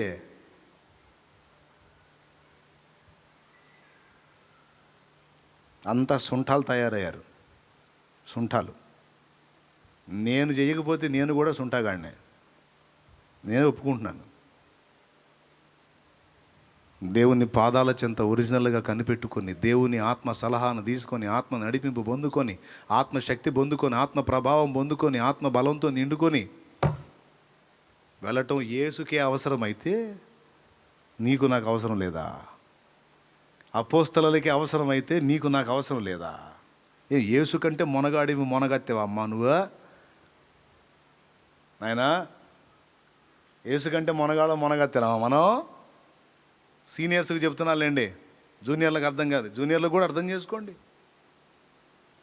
మనల్ని నడిపించడానికి, బలపరచడానికి, బ్రతికించడానికి, వెలిగించడానికి, శక్తి నింపడానికి, మనల్ని ముందుకు తీసుకెళ్ళి అనేకుల ముందు సాక్షులుగా నిలబెట్టడానికి మనకు ఒక ఆదరణకర్త ఉన్నాడమ్మా. సత్యస్వరూపిగా ఆత్మ ఉన్నాడమ్మా. ఆయన ఒక వ్యక్తి అమ్మా, ఆయన స్నేహం అవసరమమ్మా, ఆయన సహవాసం అవసరమమ్మా, ఆయన సన్నిధి అవసరమమ్మా, ఆయన మాట అవసరం, ఆయనతో గడపడం అవసరం, ఆయన సన్నిధిని కనిపెట్టుకోవడం అవసరం. పరిశుద్ధమైన ఆత్మ, పరిశుద్ధాత్మ, పరిశుద్ధాత్మ, పరిశుద్ధాత్మ, పరిశుద్ధాత్మ. ఎక్కడ గెలుస్తావమ్మా ఆయన బలం ఇవ్వకుండా? ఎక్కడ నిలబడతావమ్మా ఆయన శక్తి ఇవ్వకుండా? ఎక్కడ పొందుకోగలవమ్మా గొప్ప కార్యాలు ఆయన నడిపించకుండా? పోరాడుతున్నావు నిలబడదామని ఆత్మీయ యాత్రలో, నీ వల్ల ఇద్దా? లోకాశల్ని, శరీరేచ్ఛల్ని, పాపేచ్ఛల్ని, భోగేచ్ఛల్ని, కామేచ్ఛల్ని, ఐహిక విచారాల్ని అధిగమించి నిలబడాలని కుస్తీ పాటలు పడుతున్నావు, కుస్తీ పోటీల్లో పాల్గొంటున్నావు. సైతాను గాడితో తన్నులు తిని బోర్ల పడుతున్నావు 4 రోజులు 3 రోజులకి. మళ్ళా పాడిందే పాట, పాపిని ప్రభువా, పాపిని ప్రభువా అని. నన్ను ఆశ్రయించినంత వరకు, నా పాదాలను ఆశ్రయించినంత వరకు, పట్టుమని నా దగ్గర 10 దినాలు కనిపెట్టుకున్నంత వరకు ఆ పాటే నీ బతుకంతా అంటాడు ఆయన. బలము తనదని యెహోవా ఒకమారు సెలవిచ్చెను, 2 మార్లు అది నాకు వినబడెను అన్నాడు. దేవునికి స్తోత్రం కలుగును గాక. ఒక దైవజనుడు అనేవాడు అలా దేవునితో కలుసుకునే అభ్యాసాన్ని సాధన చేస్తే తనను అనుసరించేటువంటి శిష్యగణంలో కూడా లక్షణాలు వస్తాయి. 100 మంది సంఘమైనా, 50 మంది సంఘమైనా, 20 మంది సంఘమైనా ఆ నడిపే నాయకుడు ఇలా వ్యక్తిగతంగా మిగిలిన చెత్త వ్యవహారాలు, సోది వ్యవహారాలని పక్కన పెట్టి అలా దేవునితో కలుసుకునే అనుభవం ఏ సంఘ నాయకుడికి ఉంటుందో అదే అనుభవంలోకి మిగిలిన 20 మందిలో నుంచి వ్యక్తులు తయారవుతారు. తయారైన వ్యక్తులు ఫలించడం మొదలు పెడతారు. ఫలించడం మొదలుపెట్టినప్పుడు పని ముందుకెళుతుంది ఒరిజినల్గా. ఏం గ్యాంబ్లింగులు దేవులాడుకోవాల్సిన అవసరం లేదు, ఏ జనాల్ని మసిపూసి మారేడుకాయ చేయాల్సిన అవసరమూ లేదు. పట్టుకోవాల్సిన వాని పాదములు మనం సరిగా పట్టుకోగలిగితే శక్తివంతమైన పని మన ద్వారా జరిగేటట్టు ఆయన కార్యం చేస్తాడు. బలం ఆయనదే. అరే పొద్దున్న లేచిన కాడ నుంచి రాత్రి అయిందాక, మధ్యరాత్రి అయిందాక ఆడోళ్ళు మగోళ్ళు తిరుగుతూ ఉన్నారు రంగులు రావటంలాగా. ఏం పొడిచారో పోటు నాకు అర్థం కాలే, ఏం సాధించారో నాకు అర్థం కాలే. అందరూ బిజీ. పట్టుమని 10 దినాలు ఎవరు కనిపెట్టుకుందాం, ప్రార్థన చేద్దాం, పరిశుద్ధాత్మ కొరకు, ఆయన బలం కొరకు కనిపెట్టుకుందాం రండి అని పిలుపునిచ్చిన ఒక స్త్రీ లేదు, ఒక పురుషుడు లేడు. అందరికీ గిలక్కాయలు ఇచ్చాడు సైతానుగాడు. ఏంటి గిలక్కాయలు? ఆడవాళ్ళకి గిలక్కాయలే, మగవాళ్ళకి గిలక్కాయలే. గిలక్కాయలు అంటే తెలుసమ్మా, చిన్నప్పుడు చిన్నపిల్లలకి తిరునాళ్ళలో తెచ్చిస్తారే, చేత్తో పట్టుకుని ఇట్టట్టు కొడితే గిలగిలగిల అంటదే, అట్టండి గిలక్కాయ. Cell phone. పాస్టర్లకి అదే, విశ్వాసులకి అదే, పరిచారకులకి అదే. ఎవడు పట్టినా అయ్యగారు ప్రసంగం చేయటం, ఇంటికి పోవటం, కాసేపు ఒక ముద్ద తింటాం, కాసేపు నిద్రపోవటం, లేవటం.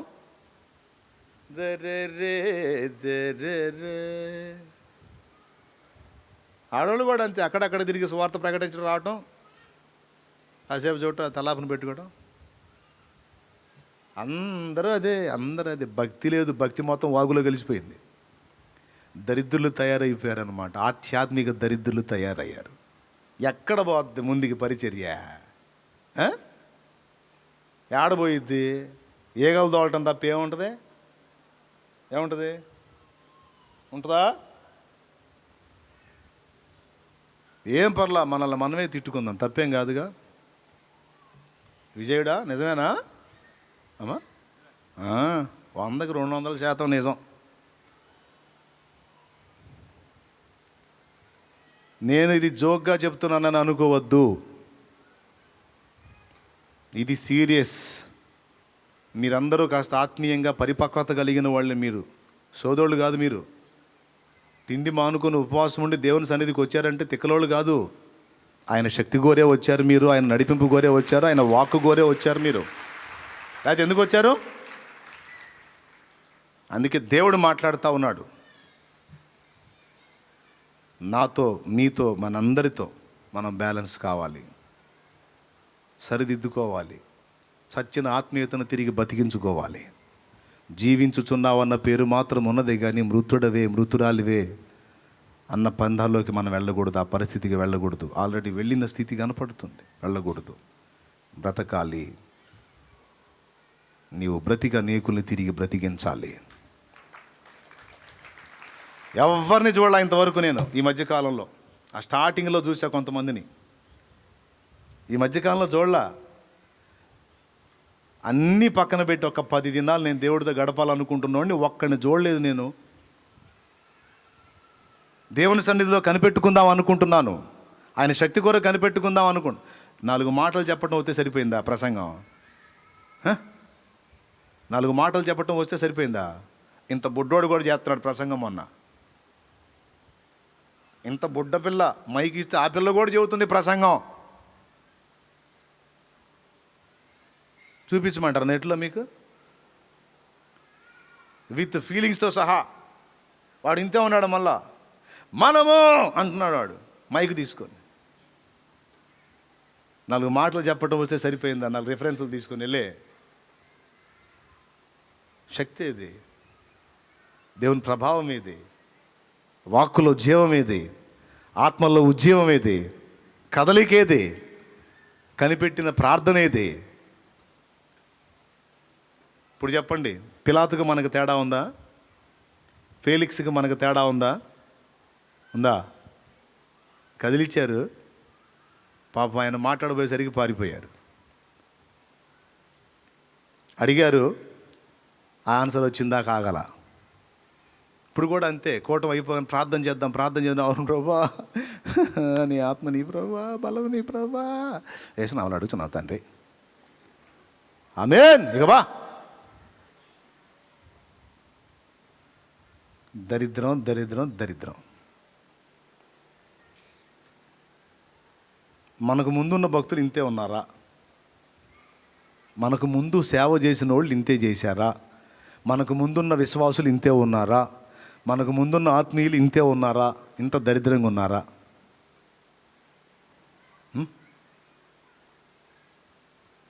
అసలు మన భక్తి ఆరంభం ఇంతే తగలబడిందా? అసలు మన సేవ మొదలుపెట్టినప్పుడు ఇంతే తెచ్చామా? ఇప్పుడున్నట్టే తెచ్చామా?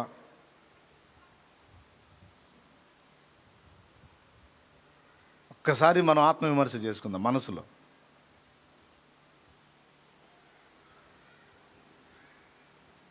మానవ జ్ఞానం, మానవ వాక్చాతుర్యం, మానవ సంబంధమైన తెలివి దేవుని పనిని సాధించిద్దా? అసలు నువ్వు నిలబడతావా? ఎదుటి వాళ్ళని నిలబెట్టడం అటుంచి సాధ్యం కాదే. మరి ప్రభువుకే 40 దినాలు తప్పకపోతే, అరే 4 రోజులు కూర్చోవట్లేదు నువ్వు. ప్రభువే 40 దినాలు కూర్చున్నాడు. ఆయన అంటే బలహీనుడు బెదర్, వీక్ పర్సనాలిటీ. ఎవరు? యేసు ప్రభు బలహీనుడు, శక్తిహీనుడు. మనమా బలవంతులం. ఎవరికి? ప్రభు కంటే కూడా. మరి అంత గొప్పోడే 40 రోజులు కూర్చోవలసి వచ్చినాయి అరణ్యపు అనుభవంలో. అంత గొప్పోడే తండ్రి ముందు కాచుకొని మొర్రపెట్టి ఆయన శక్తి నింపిందాకా కాచుకొని ఆ బలం పొందుకొని తర్వాత శత్రువు ఎదురొస్తే అక్కడే వాడిని తుక్కుగా తన్ని గెలిచి బయటకు వచ్చాడే. అసలు ఆ సాధన ఏది? మనలో అది కొరవడింది. చెవులు గలవాడు ఆత్మస్వరం వినుగాక, బుద్ధి గలవాడు ఈ సంగతులను గుర్తించనిమ్ము. బుద్ధిహీనుడైన వాడి కర్మ. రహస్యమంతా ఆదరణకర్తలోనే ఉంది. ఆయనను మనం మూలకు ద్రోశాం. అందుకే అన్ని విషయాలలో నిస్తేజమైపోయాం. సంఘాలు వెలవెలబోతూ ఉన్నాయి, నిర్జీవంగా ఉన్నాయి. జీవం లేదు. ఎందుకు లేదు? కనిపెట్టిన భక్తులేరి, భక్తి నేర్పిన భక్తులేరి, భక్తు నేర్పుతున్న భక్తులేరి. అదొక ట్రెండ్ వెళ్ళిపోతూ ఉంది. పిచ్చి ట్రెండ్, ఒకటి పిచ్చి ట్రెండ్, పుచ్చిపోయిన ట్రెండ్. అది కాదు, కానే కాదు, కానే కాదు, కానే కాదు. అపోస్తలులకి 10 దినాలు కనిపెట్టుకోవాల్సిన అవసరం ఏర్పడింది. ఆ శక్తి పొందకముందు ఆయన సహాయం లేకుండా మీరు వెళ్ళొద్దని యేసయ్య చెప్పాడు. ఆయన సైతం బాప్తీసము పొందిన తర్వాత ఆత్మశక్తి కొరకు కనిపెట్టుకోవడానికి 40 దినాలు వెళ్ళి గడిపాడు. ఆ తరువాత ఆత్మబలముతో నిండుకొనిన వాడై గలిలయకు వచ్చెను, ఆయన కీర్తి ఆ దేశమందంతటా వ్యాపించెను అనుంది. దేవునికి స్తోత్రం కలుగునుగాక. ఎంత అంటే ఇక మనుషులు ఆయన ఎక్కడ ఉండటానికి వీలు లేకుండా అంత అయిపోయింది. ఆ ఒకసారి పొందుకొని ఆగాడా? ఆ ఒకసారి పొందుకొని ఆగాడా? ఆగలా. పగలంతా ప్రకటించడం, రాత్రంతా మళ్ళా వెళ్ళి శక్తితో నింపబడ్డు. దేవుని తండ్రితో గడుపుకోవటం అంటే ఒకసారి వెలిగింపబడ్డ దీపానికి మళ్ళా నూనె పోసి దాన్ని ఆరిపోకుండా వెలిగించి ఆ వెలుగును కాపాడుకున్నట్టుగా యేసయ్య. మరి లేకపోతే ఆయనకి ఎందుకండి ప్రార్థన? మీరు చెప్పండి, నాకు చెప్పండి. నేను రిఫరెన్స్లు ఇన్ని చూపిస్తా. రిఫరెన్స్లు రా, లూకాసు వార్తకు రా,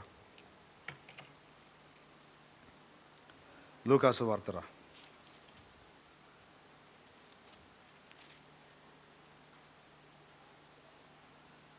వచ్చావా?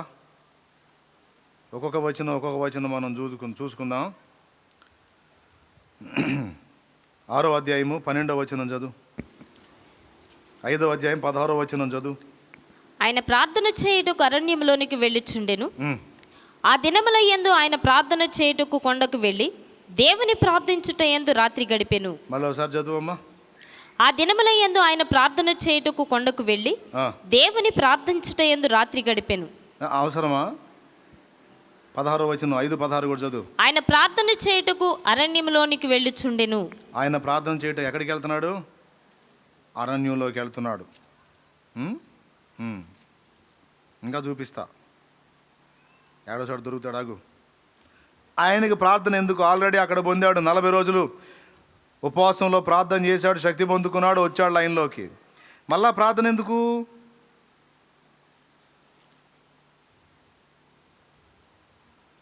చదువు. 9వ అధ్యాయం 10వ వచనం.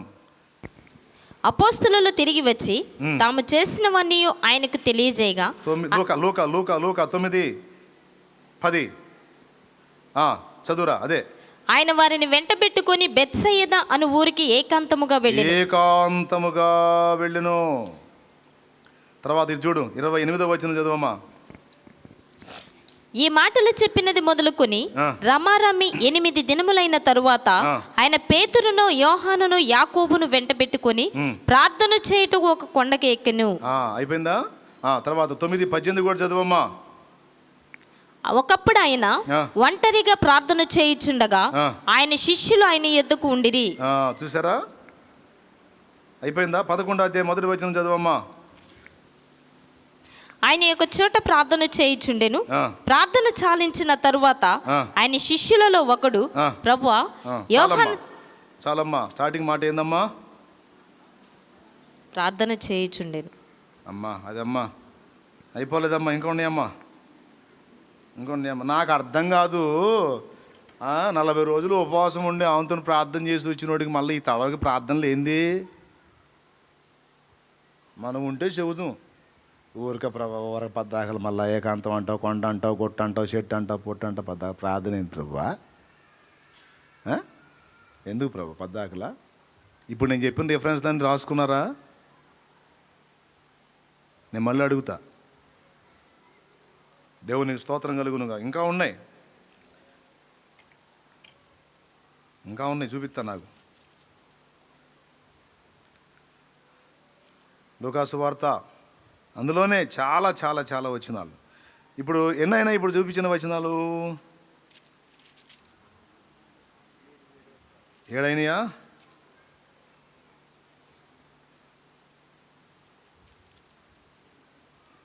వదిలిపెట్టను, ఇంకా చూపిస్తా. ఆగు.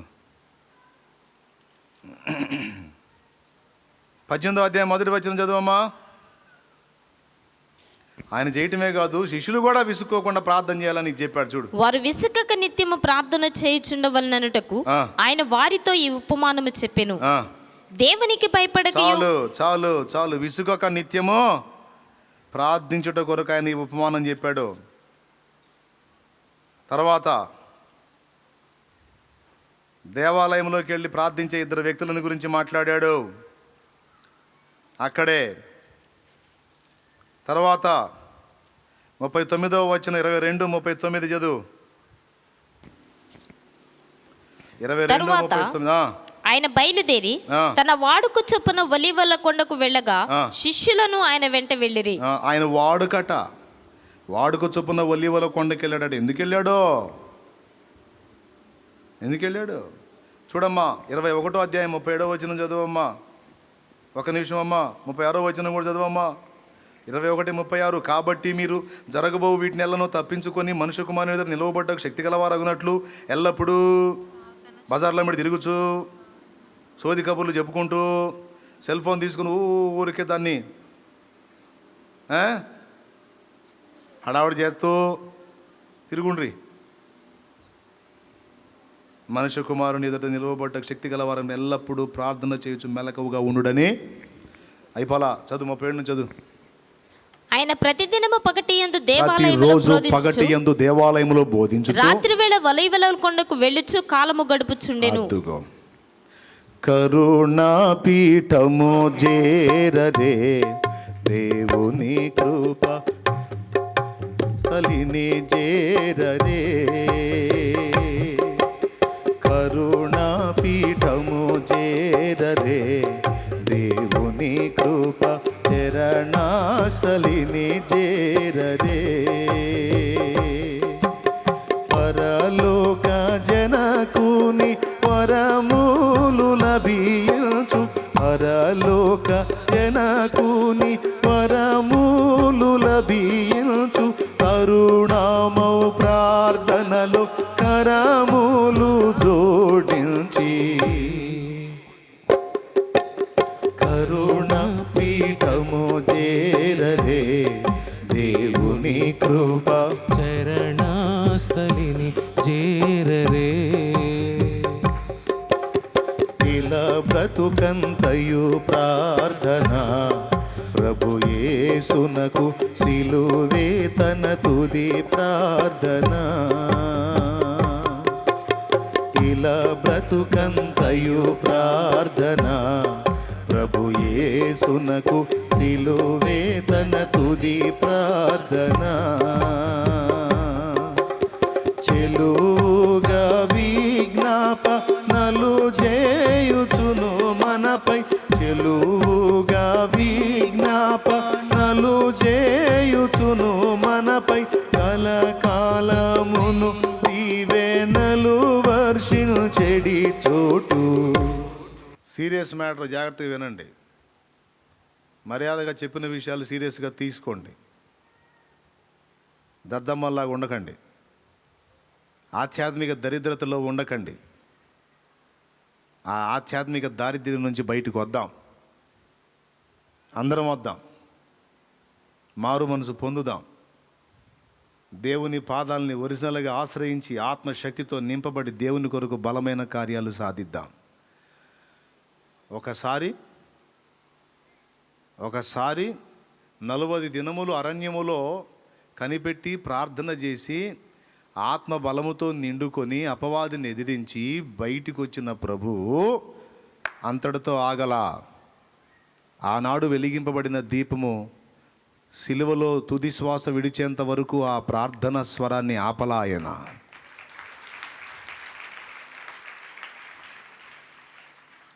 ఆ మొర్రను ఆపలా. అది ఇప్పుడు మనం వాడుకుంది. ఇలా బ్రతుకంతయు ప్రార్థన ప్రభు యేసునకు సిలువే తన తుది ప్రార్థన. సిలువలో సైతం తండ్రి నా దేవా నన్నేలా చేయి విడిచితివి ఏలి ఏలి లామా సంభక్తాని అనే మాట ప్రార్థన చేయుటకు నీవిచ్చిన పని మొత్తం సమాప్తి చేశాను, ఇదిగో సమాప్తమైనది. అంతేనా? తండ్రి వీరేమి చేయుచున్నారో, ఇలా బ్రతుకంతయు ప్రార్థన, ప్రభు యేసునకు సిలువే తన తుది ప్రార్థన. ఇలా బ్రతుకంతయు ప్రార్థన, ప్రభు యేసునకు సిలువే తన తుది ప్రార్థన.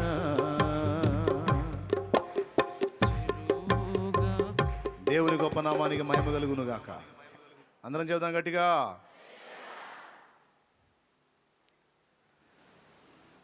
ఏమర్థమైంది మీకు? తడవకు వచ్చి నాకు ఆ సమస్య, నాకు ఈ సమస్య, గట్టిగా ప్రార్థన చేయి అంటే మర్యాదగా ఉండదు. నువ్వేం గాడిదలు కత్తావా? పనికి మాలిందన్నా, పనికి మాలినోడా అందాం అనిపించింది నా మనసుకి, కానీ అనలే. చేయి నువ్వు కూడా ప్రార్థన, కనిపెట్టు, గోజాడు. తీవ్రత ఎక్కువగా ఉందా? కూర్చో, ఉపవాసం ఉండి కూర్చో. షాలేం రాజు అనే వాడి ప్రార్థన నేను వింటానని చెప్పాడా? నీ ప్రార్థన విన్నాడా? నువ్వు చేస్తే నేను ప్రభా సహాయం చేయి ప్రభా అని అంటుంటే నర్మై పనికి మళ్ళీ నర్మై నువ్వు చేస్తా అయింది? నువ్వు నీ ముఖం, నీ ఫేసు ఆడు చేయాలా? ఆడు ప్రార్థన చేస్తే నేను వింటాను మరి అన్నాడా? ఈడొకడు దొరికాడు. అన్నయ్య ఎట్ట చేస్తావో గట్టిగా చేయాలి ప్రార్థన, గట్టిగా చేయాల. నీదే భారం, నీ మీద వేస్తున్నా, నేను ఎందుకు ఎత్తుకుంటానండి?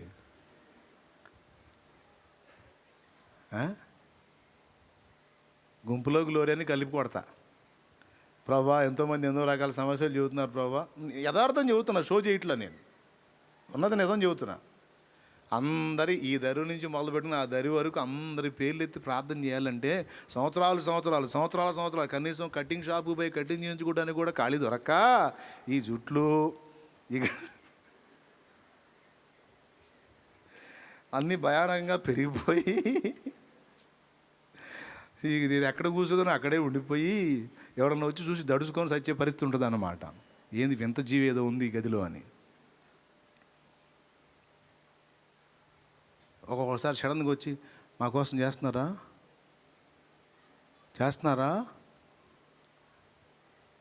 స్ట్రైట్గా ఫేస్లో ఫేస్ పెట్టి చేస్తున్నారా లేదా చెప్పాక నీకు గట్టిగా ప్రార్థన చేయమని. ఇంక రెండో పనే ఉందమ్మా, ఇక బయటికి పోయి ప్రకటించేది లేదు, ఇక ఏం చేసేది లేదు, ఇక సువార్త చెప్పేది లేదు, ఏం లేదు. నువ్వు చెప్పావు, పోయావు, ఏడాడా తిప్పలు పడుతున్నావు, ఏమవుతుంది. నేను మాత్రం ఎప్పుడు ప్రభా ఆ బిడ్డ అయ్యా అనుకుంటూ కూర్చుంటా. దయ్యం మోహన్ దానా.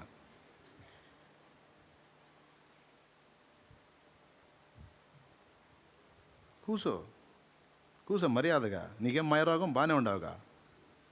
కూర్చో, దేవుని పాదాల దగ్గర కూర్చో. గోజాడో పెనుగులాడో తాడో పేడో తేలిందా కనిపెట్టు. కదలడా దేవుడు? కార్యం చేయలేదా భక్తులకి? ఆయన సన్నిధిలో కాచుకున్న వాళ్ళని త్రోసేశాడా?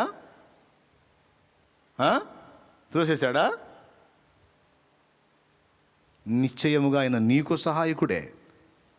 నువ్వు సోమరివై ఒక పక్క బాధలతో గందరగోళం అయిపోయి బీభత్సం అవుతా కూడా మరో పక్కన పనికి మళ్ళీ పెట్టుకొని టైం పాసులు చేస్తాను. నువ్వు దరిద్ర వేషాలు వేస్తా. మరి నా దగ్గరకు వచ్చి 7 పను బీద పలుకులు పలుకుతావా? ఓ పక్క చితికిపోతున్నావు జీవితంలో, మరో పక్క పిచ్చి వేషాలన్నీ వేస్తున్నావు నువ్వు.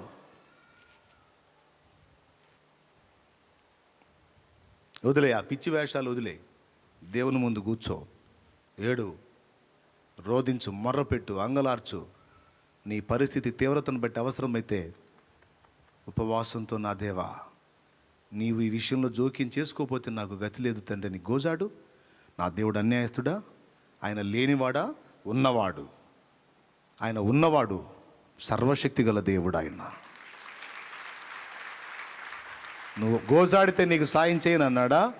నువ్వు ప్రార్థించి మొర్ర పెడితే నిన్ను పట్టించుకోనన్నాడా? ఎవడో ఒకడు చేస్తే వింటానన్నాడా? ఒక మనుషుడు ఎంతవరకు నీకు దిక్కు? ఒక మనుషుడు ఎంతవరకు నీకు ఆధారం?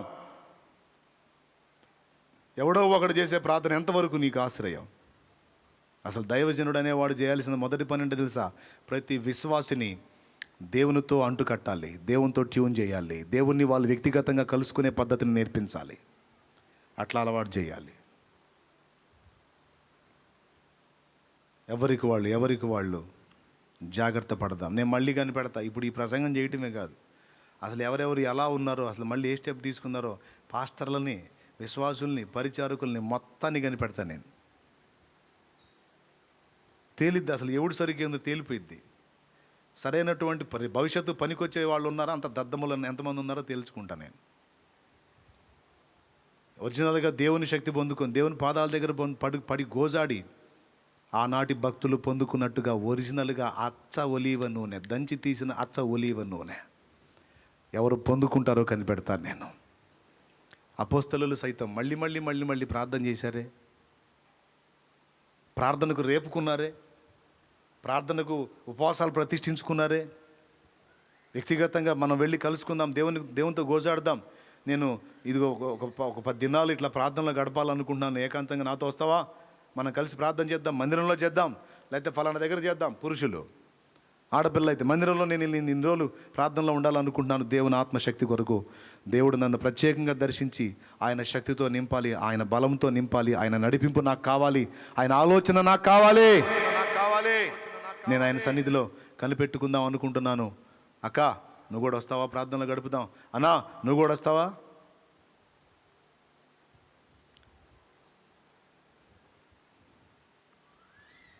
బిచ్చగాళ్ళ గురించి ఏదో చెబుతారు. బిచ్చగాళ్ళ సంఘం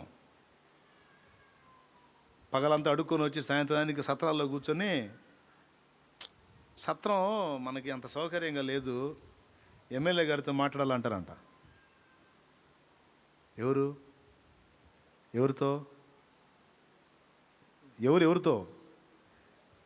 బిచ్చగాళ్ళ సంఘం సాయంత్రానికి అక్కడక్కడ భిక్షాటం చేసి వచ్చి కూర్చొని తిని ఆ సందకాడ మాట్లాడుకుంటారంట. ఏంది గాలివాన కొడితే అవంతన మొత్తం నీళ్లు లోపలికి వచ్చి పడుతున్నాయి, అసలు ఏంది పట్టించుకోవట్లేదు గవర్నమెంట్, మనం అందరం కలిసి వెళ్ళి మాట్లాడదాము అనుకుంటారంట. అది మధ్యరాత్రి ఏదన్నా గంజాయి తాగి మందు తాగి ఉంటారు కదా, నీళ్లు దప్పికైనప్పుడు ఒక పంపు కూడా లేదు ఇక్కడ, పంపు వేయించాలి మనం.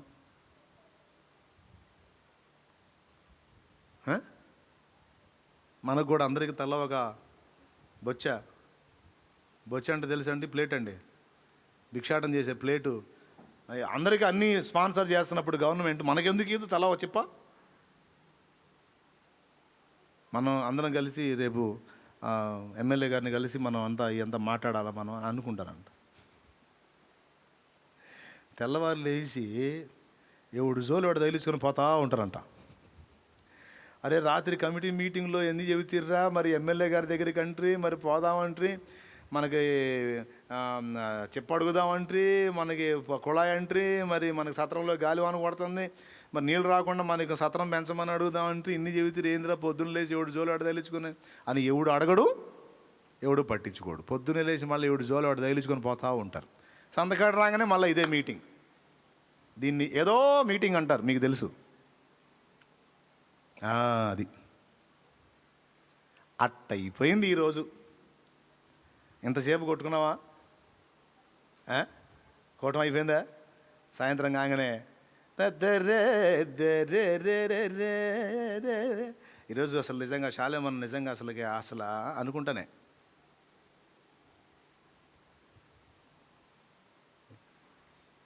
దరిద్రులని మిమ్మల్ని కాదు, అలా అనుకునే వాళ్ళని. దేవునికి స్తోత్రం కలుగును గాక. నన్ను కూడా కలిపి తిట్టుకుంటున్నా, మీరేం ఫీల్ కావద్దు. ఆ విధంగా నేను కూడా ఆ లెక్కలోనే ఉన్నట్టు. ఇప్పుడు అందరం కలిసి కట్టకట్టుకొని మారాలా, మారు మనసు పొందాలా, ఆదరణకర్తను సమీపించాలా. ప్లీజ్, నేను ఇలాగ బ్లంట్గా మాట్లాడుతున్నాను అనుకోవద్దు. సీరియస్నెస్ విషయం యొక్క తీవ్రతను బట్టి మాట్లాడుతున్నా. ఎందాక పద్దాకల ఊరక పైపైన నాకు ఈ సోది రకం భక్తి నచ్చలా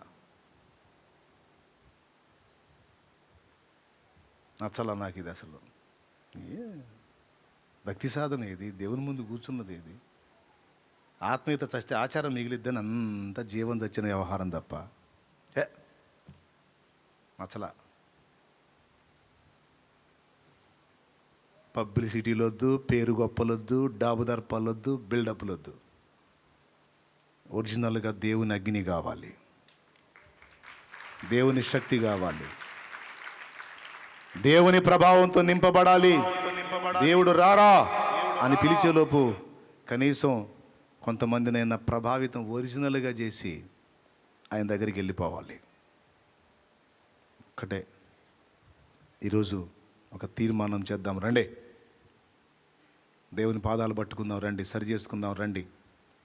నిస్తేజమైన, నిస్సత్తువైన, జీవం చచ్చిన, పనికి మాలిన భక్తి కాదు, పరిశుద్ధాత్మ ప్రేరేపితమై, పరిశుద్ధాత్మ ప్రభావంతో నిండుకొని, ఆత్మ బలంతో నిండుకొని, ఆత్మ జీవంతో నిండుకొని, ఉజ్జీవంతో నిండుకొని, దేవుని కొరకు రోషం కలిగి, పరిశుద్ధత విషయంలో పట్టింపు కలిగి సాధన చేద్దాం. దేవుని దగ్గర కూర్చుందాం. రండి, మార్పు చెందండి, మనం మార్పు చెందుదాం. నేను మారాలి, మీరు మారాలి, అందరూ మార్పు చెందాలి. నాసిరకం భక్తిని వదిలిపెడదాం, నాసిరకం చచ్చుదద్దమ్మ భక్తిని వదిలిపెడదాం. అపోస్తలిక భక్తిని సాధన చేద్దాం, అపోస్తలిక భక్తిని సాధన చేద్దాం. ప్రభువుకే పరిశుద్ధాత్మ అభిషేకం అవసరమైతే, అపోస్తలకే పరిశుద్ధాత్మ అభిషేకం అవసరమైతే నీకు నాకు అక్కర్లేదా? వారే పనిగట్టుకొని కొంత టైం కేటాయించి దేవుని దగ్గర కనిపెట్టుకుంటే మనకు అక్కర్లేదా? నీకు అక్కర్లేదా? నాకు అక్కర్లేదా? 4 మాటలు నేర్చుకొని ఆ మాటలు చెబితే సరిపోయిద్దా? తెల్లారిద్దా?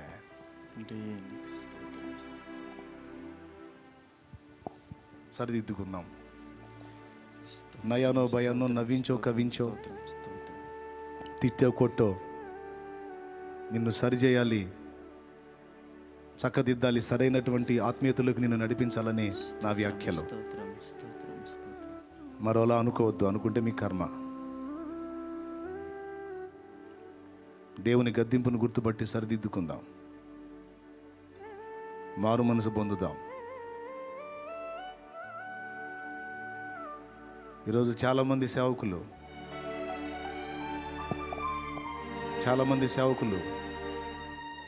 యూట్యూబ్ మీద పడ్డారు, వీడియోలు పెడుతున్నారు, మంచిదే. ఈ యూట్యూబ్ అనేది లేకపోతే, ఆ వీడియోల ద్వారా వచ్చే పైసలు ఏదన్నా రాకపోతే ఏం చేస్తారు? దేవుని పాదాలే కదా పట్టుకుంటారు. అంటే ఈరోజు ఈ టైపులో అవకాశం ఏర్పడేసరికి దేవుని వైపు నుంచి మనిషి వైపుకి దృష్టి మళ్లించారు. దేవుణ్ణి ఆశ్రయించడం పోగొట్టి ఒక మనుషుడి కోసం కనిపెట్టుకునే దరిద్ర కొట్టు దిగజారిన స్థితికి వెళ్ళిపోయారు. చండాలంగా విశ్వాసులుగా ఉండి సగం సగం భక్తిలో ఉండోడంటే వదిలేస్తాను నేను. సేవ చేసే సేవకుడిగా, రోషం కలిగిన భక్తిపరుడుగా నిన్నెట్ట వదులుతాను నేను? నీ నుండి రావాల్సిన పరిమళం వచ్చేంతవరకు నేను వదిలిపెట్టను. ఎవడిదో పెట్టి నువ్వు ఆలోచించేది ఏంది? ఎవడు పోస్టర్ పెట్టి నువ్వు తిప్పలు పడేది ఏంది? నీ బొంద. దేవుని పాదాల దగ్గర కూర్చోవడం నేర్చుకోలేవా? దేవుని కాళ్ళ దగ్గర కనిపెట్టడం నేర్చుకోలేవా? దేవుని శక్తితో నింపబడటం నేర్చుకోలేవా? దేవుని ప్రభావంతో నింపబడటం నేర్చుకోలేవా? పక్షపాతి ఆ దేవుడు. షాలేం అనేవాడిని వాడుకున్న దేవుడు నిన్ను వాడుకోడా? నీ దరిద్రం కాకపోతే, నీ తెలివి తక్కువతనం కాకపోతే, నీ పనికిమాలితనం కాకపోతే, సంపాదకుల్ని కాదు నేను తయారు చేయాలనుకుంది. మనుషులకి వెళ్ళి చూసేవాడిని కాదు నేను తయారు చేయాలనుకుంది. దేవుణ్ణి కలుసుకునేవాడు. నేను ఈ లోకాన్ని వదిలిపెట్టినా దేవుణ్ణి కలుసుకున్నాడు ఒక్కడు తయారైతే ఈ సంఘం మొత్తం బతుకుంటుంది. నేను ఈ లోకాన్ని విడిచి దేవుని దగ్గరకు చేరినా ఇంత సంఘంలో, ఈ సేవక గణంలో ఒరిజినల్గా దేవుణ్ణి కలుసుకొని దేవుని పరిశుద్ధాత్మ చేత నడిపింపు పొందిన ఒక్క భక్తిపరుడున్న ఈ సంఘం బతికుంటదే. అట్లాంటోడు ఒక్కడు కూడా తయారు కాకపోతే నాతో పాటు ఇది కూడా ఒక కొలిక్ అయిపోతుంది. జాగ్రత్త జాగ్రత్త జాగ్రత్త. మైండ్ దగ్గర పెట్టుకొని చెప్పిన మాటలు విని సరి చేసుకోండి. మారు మనసు పొందండి. పిచ్చి వేషాలు మానుకోండి. దేవుని శక్తి కావాలి, దేవుని బలం కావాలి. రా ప్రార్థన చేయి. దేవా నన్ను క్షమించమని అడుగు. సరిదిద్దుకుంటాను ప్రభువా, నేను చక్క చేసుకుంటాను, నేను నిన్ను కలుసుకుంటాను. నీ సన్నిధి కావాలి నాకు, నీ సహవాసం కావాలి, నీ సాహచర్యం కావాలి, నీ ప్రభావం కావాలి, నీ నడిపింపు కావాలి, నీ హెచ్చరిక కావాలి. మోకాళ్ళి ప్రార్థన చేయి. కళ్ళు తెరిచి చూస్తున్నావు సోదరి, ప్రార్థనలో కళ్ళు మూయరా. తండ్రిని అడుగు, దేవా నాకు కూడా నీ అభిషేకం ఈ ప్రభువా, నన్ను కూడా నీ కొరకు సిద్ధపరచు. అనేకుల్ని వెలిగించేదానికి ముందు నేను వెలిగించబడాలి ప్రభువా, నన్ను మండించుమయ్యా. నీ ప్రభావం కావాలి. నిజమే ప్రభువా, పట్టుమని 10 దినాలు కూర్చుని అలవాటు లేకుండా అయిపోయింది. ఏందో బిజీగా పరిగెత్తుతున్నాను కానీ ఏమి సాధించలేకపోయాను. నన్ను మన్నించు తండ్రి, సిగ్గుపడుతున్నాను. దీన మనసు కలిగి నీ ముందు కనిపెట్టుకునే అపోస్తలిక అనుభవాన్ని సాధన చేయలేకపోయాను. దయచేసి నన్ను మన్నించు. యేసు నామమున వేడుచున్నాం తండ్రి, ఆమేన్. అందరూ పైకి లేచి నిలబడదాం. ఈ ఒక్కరోజు మీరు టైంలో లక్ష్య పెట్టద్దు. బహుశా ఎవరికి అది పట్టింపు కాదని నేను అనుకుంటున్నాను.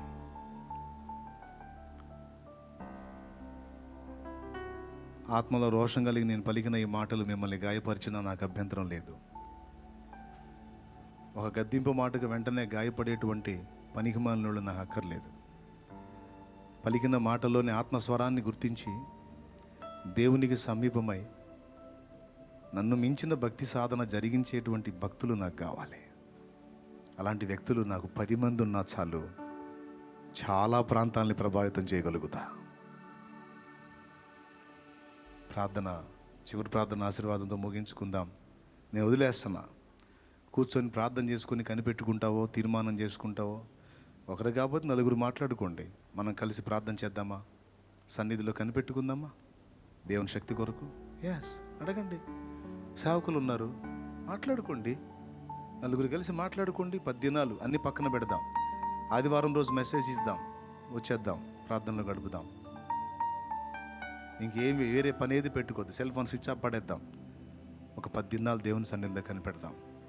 ఉండగలిగితే ఉపవాసం ఉందాం, లేకపోతే తింటానైనా సరే దేవుని సన్నిధిలో కాచుకుందాం. ఒక 10 దినాలు రాత్రి పగళ్ళు మోకాళ్ళుని గోజాడుకుందాం. దేవుని శక్తి నింపబడాలి. దేవుని శక్తి కార్యసిద్ధి జరిగించాలి. దేవుని కార్యాలు స్పష్టంగా జరగాలి. బాధితులు ఎంతోమంది వస్తున్నారు. నువ్వు తాకినప్పుడు దేవుని ప్రభావం వాళ్ళని పనిచేయొద్దు. నీ మాటలు వాక్యం చెబుతున్నప్పుడు ఎంతోమంది వచ్చి కూర్చుంటున్నారు, కొత్త వాళ్ళు. నీ వాక్కులో ఉన్న శక్తి వాడిని తాకితే స్థిరపడిపోడు. మరి అది పరిశుద్ధాత్మ దేవుడు చేసే కార్యం కదా. అందుబాటులోకి వెళ్ళాలి కదా. మాట్లాడండి. 4 సేవకులు కలిసి మాట్లాడుకోండి. మనం ప్రార్థన చేద్దాం, కనిపెట్టి ప్రార్థన చేద్దాం.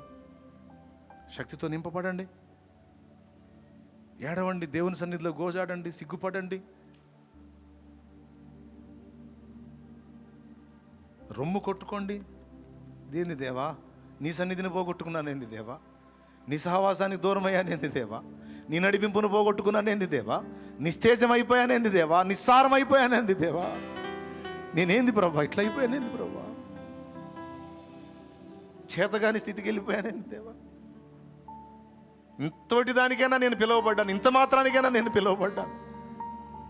నాకు తృప్తి లేదు దేవా, ఇంకా చేయాలి దేవా.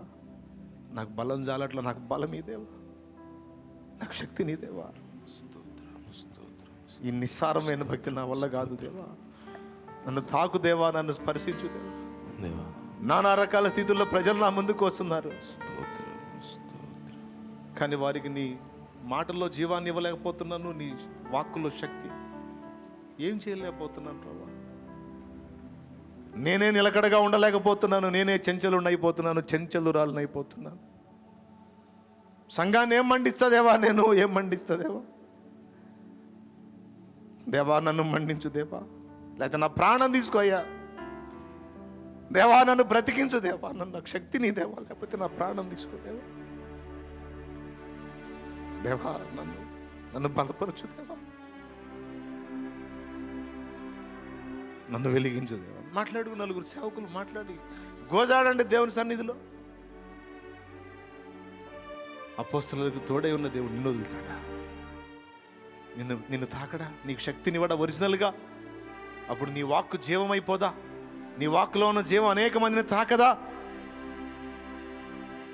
నువ్వు పలికితే అది జీవాన్ని సంతరించుకుంటుంది, పాడితే అది జీవాన్ని సంతరించుకుంటుంది. నీవు తాకితే దేవుని ప్రభావం ఎదుటివాడిని సంధిస్తుంది. పురుషులారా మాట్లాడుకోవచ్చు. మనం ప్రార్థన చేద్దామా? దేవుని సన్నిధిలో కాచుకుందామా? కనిపెడదామా? శాలేమన్న ప్రకటిస్తే ఉపవాసాలు, లేకపోతే ఎవరు ఉండరు. ఎందుకు ఉండకూడదు? నువ్వు ఎందుకు ఉండకూడదు?